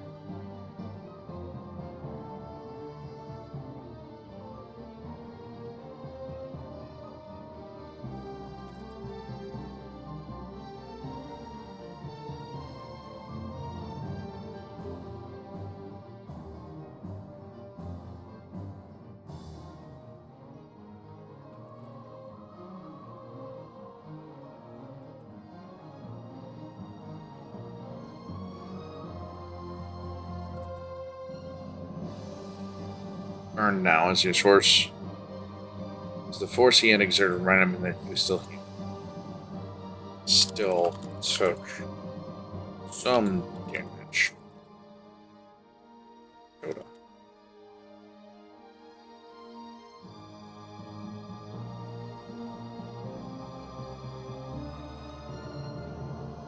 gonna put that. Being those critical realised inside of squirming away. But only had one arm to fight. You watch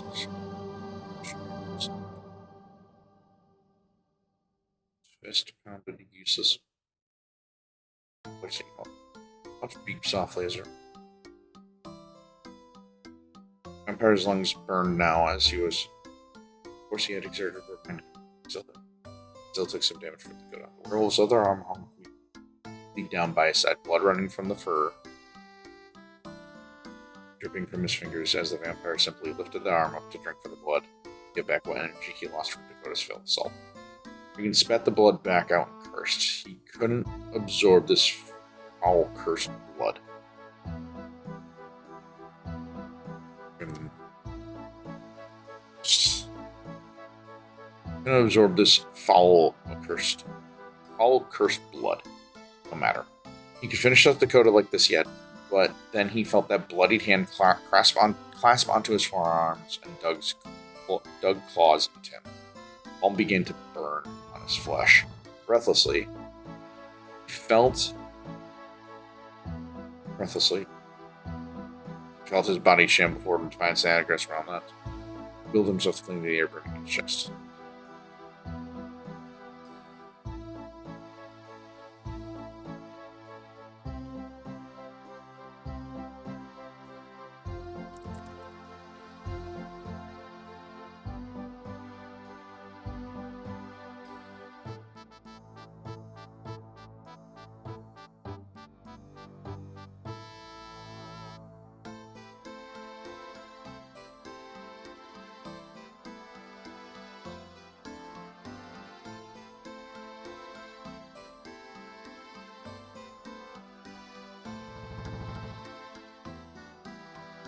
I'll go on a quick heist with you.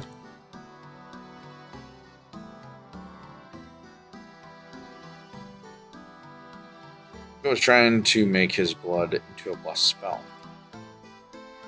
Foolish dog.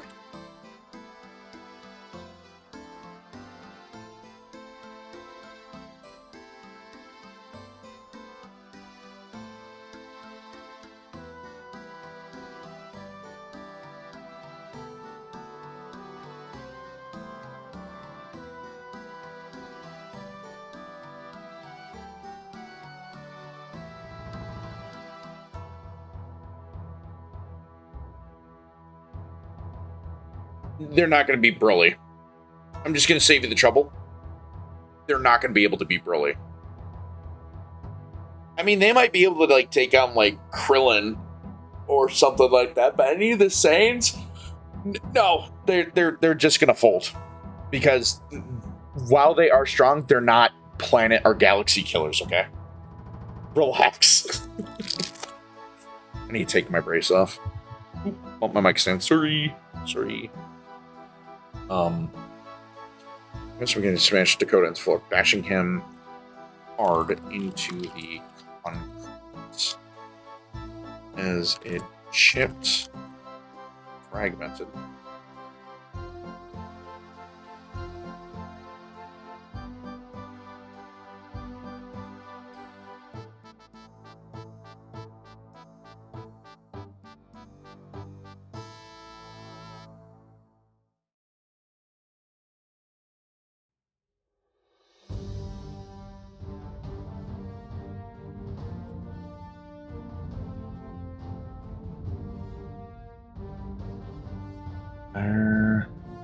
Hissed and began to smash Dakota into the floor, bashing him hard into the concrete as it chipped and fragmented against two of them. The vampire would break this might yet. Forced.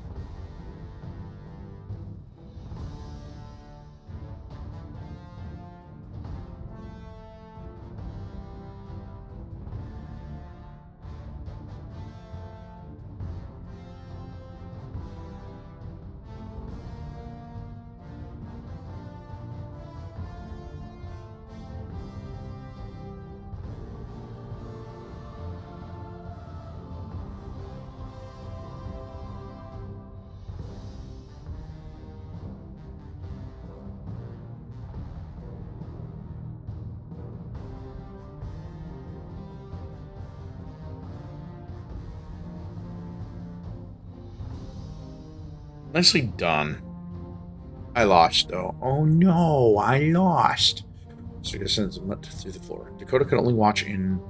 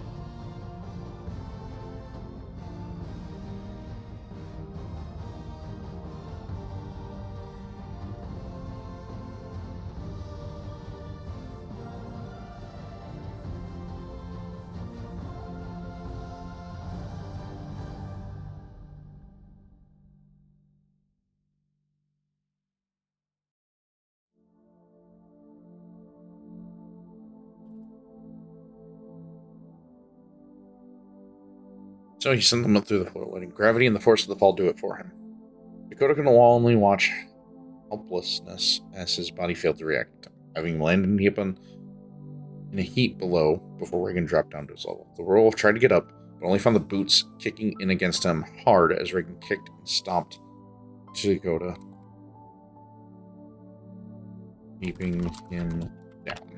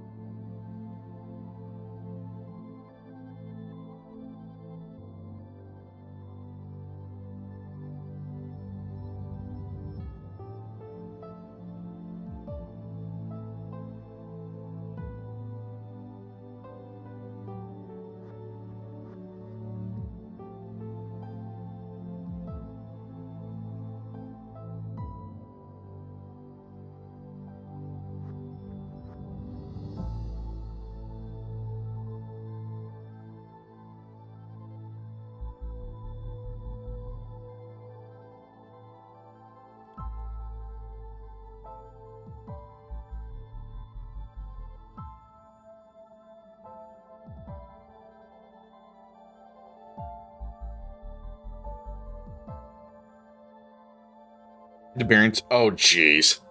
That is evil. That is evil. They did the whole Mandela effect on you. That is such an evil way to go about it too. Golly. So it's a Golden Arch book, like kid's storybook from America. Okay. Up to you fight for systems so broken as if it was a command to go howl and rage. But that's when he felt a sharp pain dig into his other shoulder. The blade from the revolver pierced through his coat and sunk deep into his arm. Pain was all Dakota could feel. It's all his forward momentum will halt. Reagan raft, and his damage forward was negated by that simple. As if.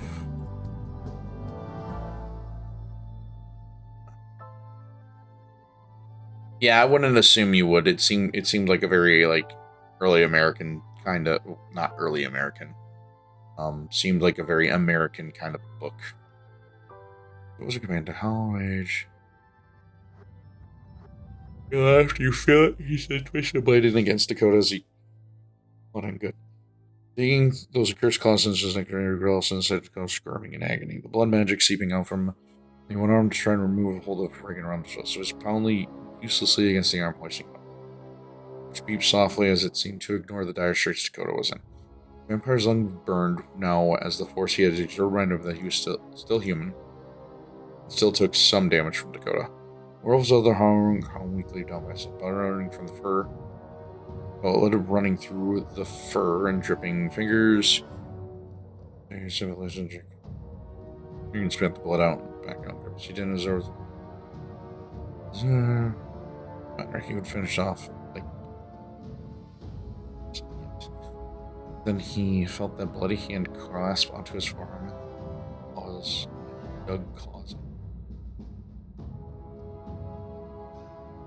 Probably be like. And claws. Digging. Burn on his flesh. Dakota was trying to make his blood into a blood spell. Foolish dog. The vampire hissed and began to smash Dakota into the floor, banishing him hard into the concrete as it chipped and fragmented against the two of them. The vampire would break this one yet. He forced what power he could into the arm and began to being burned to try and counter that spell. Did not break the grasp. Warframe. Oh. No Warframe. I can't blame you for that. That seems like an absolute nightmare trying to run that way. He sent through the floor, letting gravity. Dakota could only watch in helplessness as his body failed to react in time, having him land in a heap below before Reagan dropped down to his level. The werewolf tried to get up, but only found boots kicking against him hard as Reagan attacked, stomped to go to keep him down.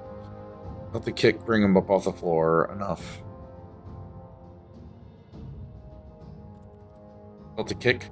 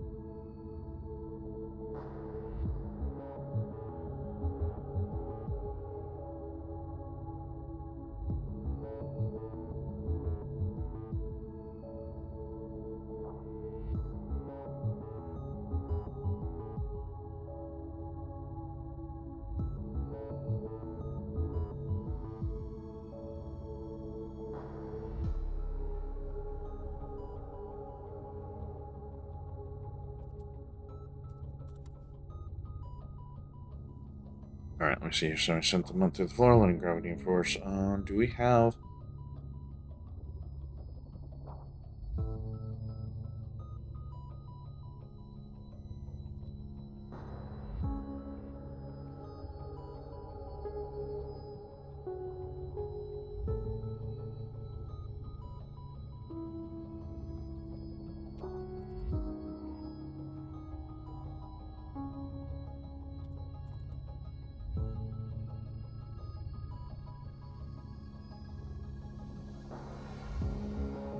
We need this.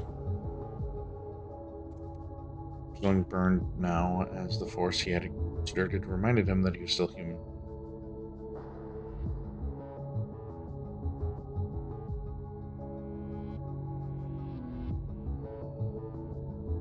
Remember his other arm hung? Finish off Dakota like that yet? Bloody hand clasp onto his arm, causing it. The palm began to burn to his flesh. Dakota was trying to make his blood into a besting spell. Dog. Good wins, good wins. Oh, goodness. Has it already been 2 hours? Where the narc did this time go, man? I'll be honest, it has not felt like we've been doing this for 2 hours. I mean, I know we haven't been writing for 2 hours, but like... Stopped on to go. It's crazy.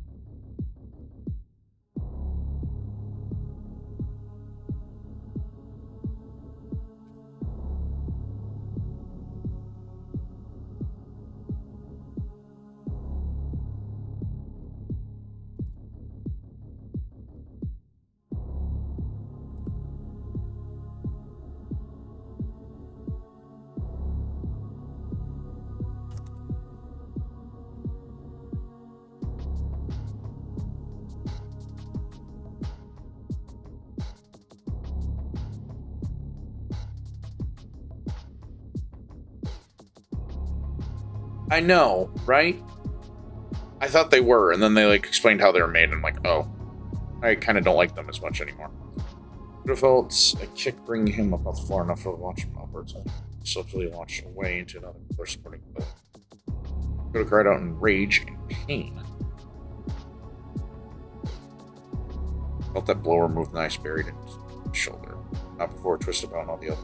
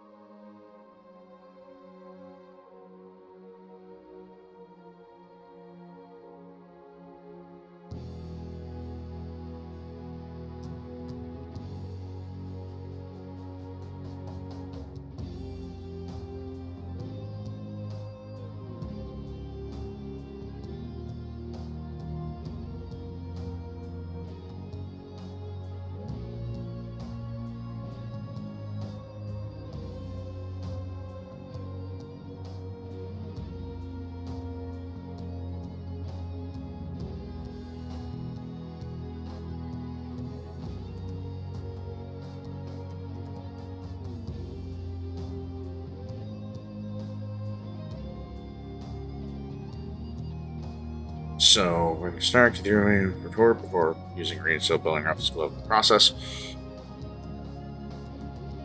As the family says, the family says you found errors of the bar, royal makers, and straight heel kicks. Watch. Back on. Was pain for screaming out in a blind range enough. Use his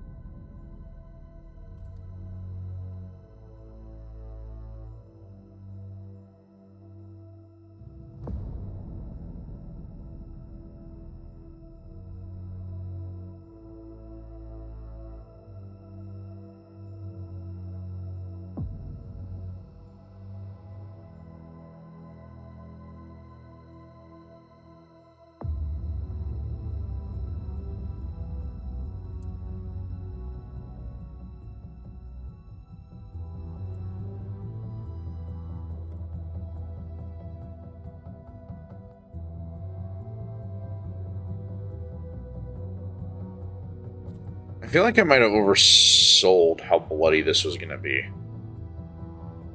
That's fine, though. It doesn't need to be overly bloody. We can save that for the animation. Dakota stood up, only you once more have that clawed hand of the vampire clasped around his massive amounts of pain.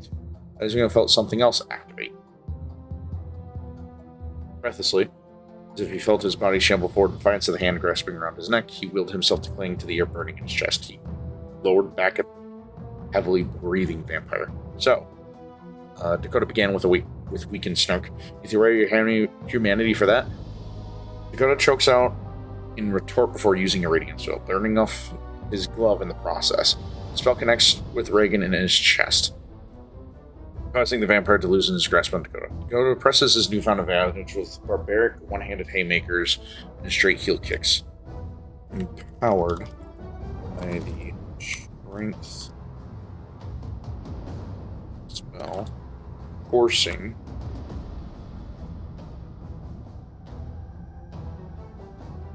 entered and broken body. His watch had kicked back on.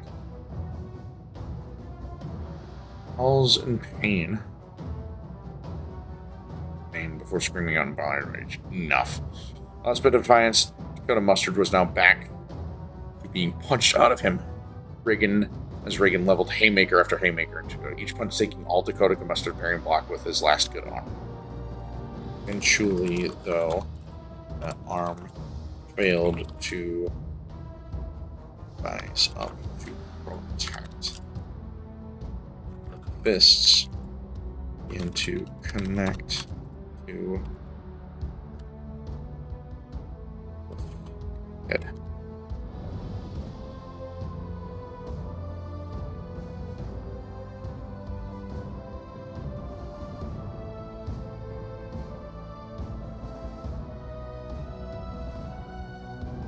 You're nothing but a mangy dog of the judges, fit to serve a purpose and die like so many before you.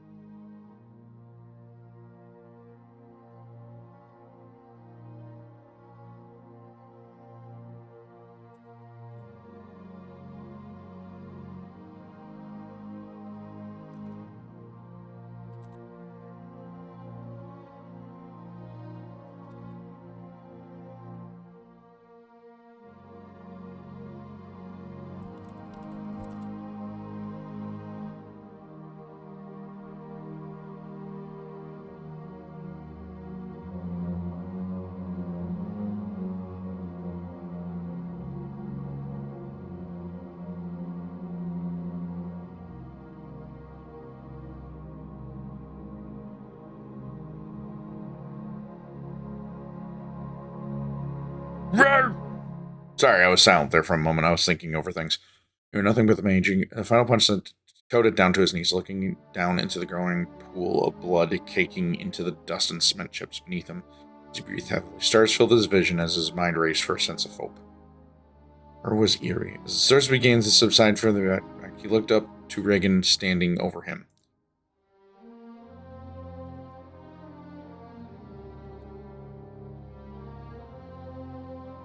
He went and tried to get up, only for the dark boot of the fallen postmaster to dig. Empiric. Postman. To dig into his shoulder wound, leaving Dakota to gasp out noiselessly as he choked on the non-existent air left in his lung. The vampire pushed him back down to the floor with malice and anger bubbling up in his voice. I am no longer speaking to you. From here on out, your memories will know me by my one name. I am the Bloodsmith, the ruiner of all they hold dear. Before anything else can happen, another taste entered Dakota's mouth, but it was not a taste of fear or rage nor desperation, but of ozone. As if summoned out of thin air, the Bloodsmith had barely any time to react as a force of an otherworldly nature collapsed onto him, sending him reeling away from as the world around Dakota faded to black.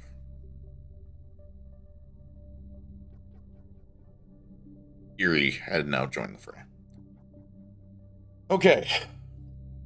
I feel like we spent maybe a little too long rambling about voice actors, but I will say, I feel like we are at a very, very good point with the story. Actually kind of satisfied with like how this fight felt without feeling like it was too much.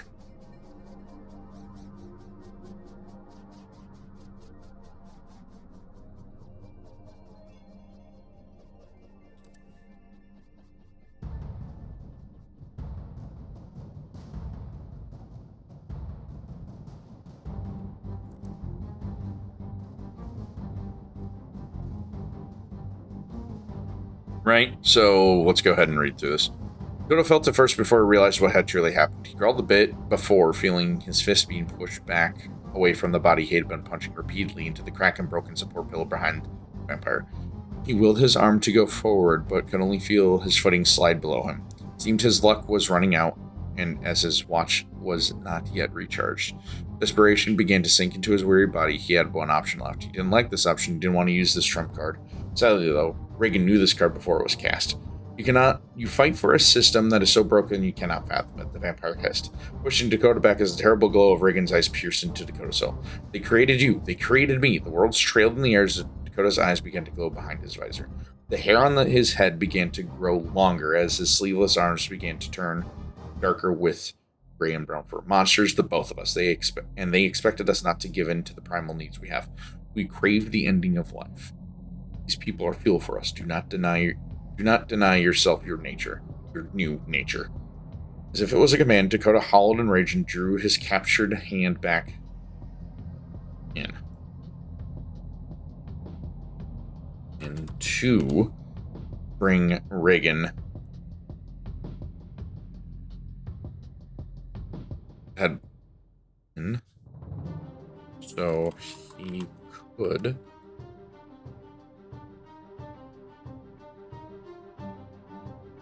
headbutt him. That was when he felt the sharp pain dig into his other shoulder. The blade from the revolver pierced through his coat and sunk deep into his arm. Pain was all Dakota could feel, as all his forward momentum was halted. Reagan laughed as if the damage Dakota poured into him was negated by that simple wound. Do you feel it? He asked, twisting the blade in against Dakota as the clawed hand grasped desperately into the vampire's hand. Blood oozed out from the knife wound as Dakota tried to remove the gun from his shoulder and out of Reagan's hand. Good. That was all that was said before the vampire growled and launched the knife off the end of his gun, sending Dakota end over end as the blade lodged its metal into the bone of Dakota's shoulder. Dakota barely had any time to grasp or release the cry. Dakota barely had any time to gasp or release the cry welling in his throat before a crimson clawed hand clasped tightly around his neck and brought him up from the floor. Digging those accursed energy claws into his neck, Reagan relished the sight of Dakota squirming in agony. The blood magic seeping out from Reagan sent sent into Dakota. The blood magic seeping out from Reagan sent into Dakota unfathomable pain as the werewolf writhed about in that grasp. Dakota only had one arm to try and remove the hold of Reagan around his neck. His fist pounded uselessly against the arm, hoisting him up. Vampire's lungs burned now as the force he had exerted reminded him that he was still partially human, still took some damage from Dakota. The werewolf's other arm hung weakly down by his side, blood running through the fur and dripping from his fingers as the vampire lifted that arm up to drink from the blood, to give him back what energy he lost from Dakota's failed assault. Reagan spat the blood back out and grimaced. He couldn't absorb this foul, cursed blood. No matter. He could still finish Dakota off like this yet. But then he felt that bloodied hand clasp onto his forearm and claws dig into him. The palm began to burn on his flesh. Dakota was trying to make his blood into a blessed spell. Foolish dog. The vampire hissed and began to smash Dakota into the floor, bashing him hard into the concrete as it chipped and fragmented against the two of them. The vampire would break this mutt yet. He forced what power he could into the arm being burned and tried to counter that spell. He could not break that grasp. Probably actually say who did this here. Reagan forced what power he could into the arm being burned to try to counter that spell, but he could not break that grasp. So he sent them up through the floor, letting gravity and the force of the fall do it for him. Dakota could only watch in helplessness as his body failed to react in time, having him land in a heap below before Reagan dropped to his level. The werewolf tried to get up, only found boots kicking against him as hard as Reagan attacked and stomped onto Dakota, keeping him. Dakota felt a kick bring him up off the floor, enough for Reagan to launch him upwards, only for him to be swiftly launched away into another pillar supporting the building. Dakota cried out in rage and pain as he felt that blow remove the knife buried into his shoulder, but not before it was twisted about from all the other impacts levied into him. Blood pooled below him as his other hand clasped over the wounded shoulder. Dakota stood up, only to once more have that clawed hand of the vampire clasp around his throat, sending massive amounts of pain through him. That is when he felt something else activate. Breathlessly, as he felt his body shamble forward in defiance of the hand grasp around his neck. He felt himself cling to the air burning in his chest. He glowered back at the heavily breathing vampire. So, Dakota began with a weakened snark. You threw away your mana for that? Dakota chokes out in a retort before using a radiant spell, burning off his glove in the process.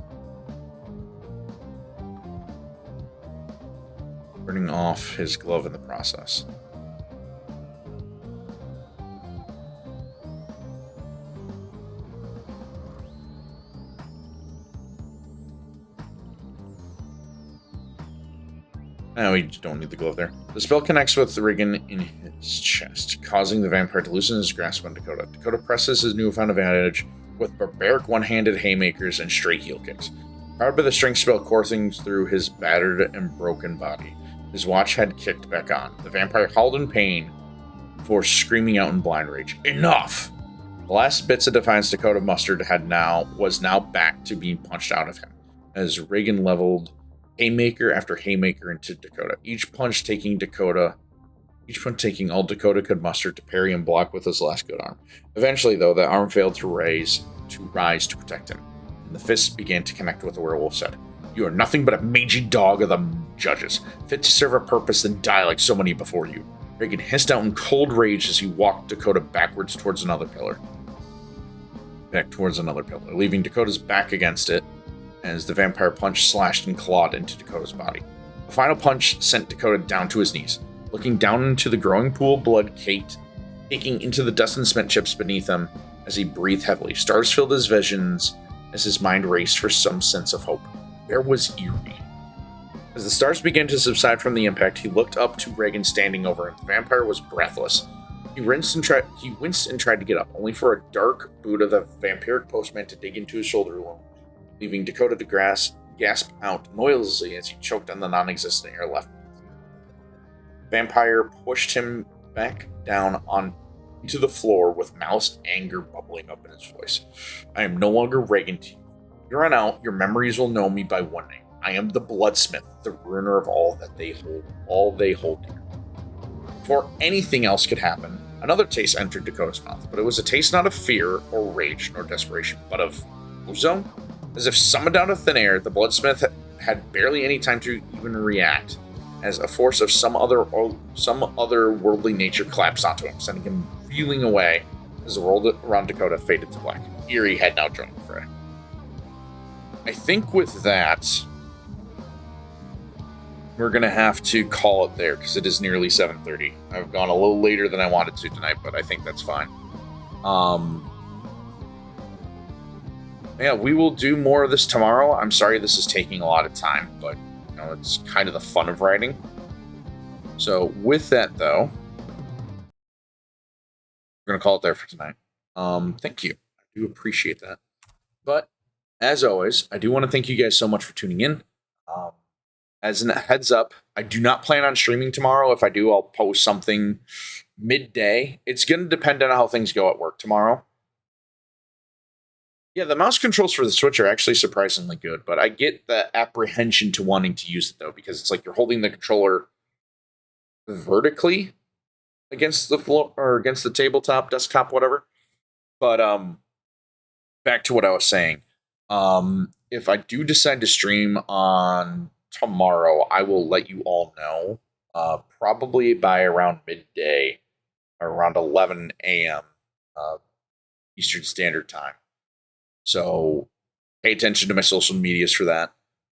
If I do go, I'll let you know. But I do have some stuff I need to do after work tomorrow, including going to the bank to get money, as my debit card has been deactivated because it got hacked today. So with that being said, though, sucks that happened, but it is what it is.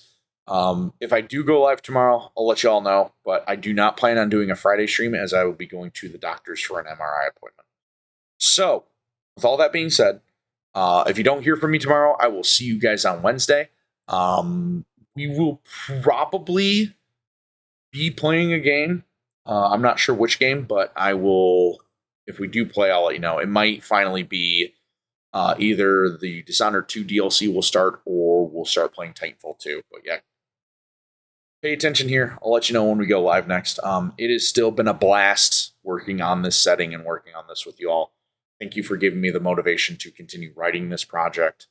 I will be getting a hold of my artist here shortly, because I do want to know if they have any updates, because I do want to start getting the ball rolling for making more official art for the channel and actually changing up the logo.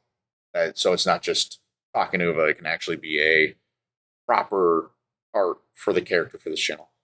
But yeah, with all that being said, that's kind of all I got right now. Thank you guys so much for tuning in. I will see you for sure on Saturday.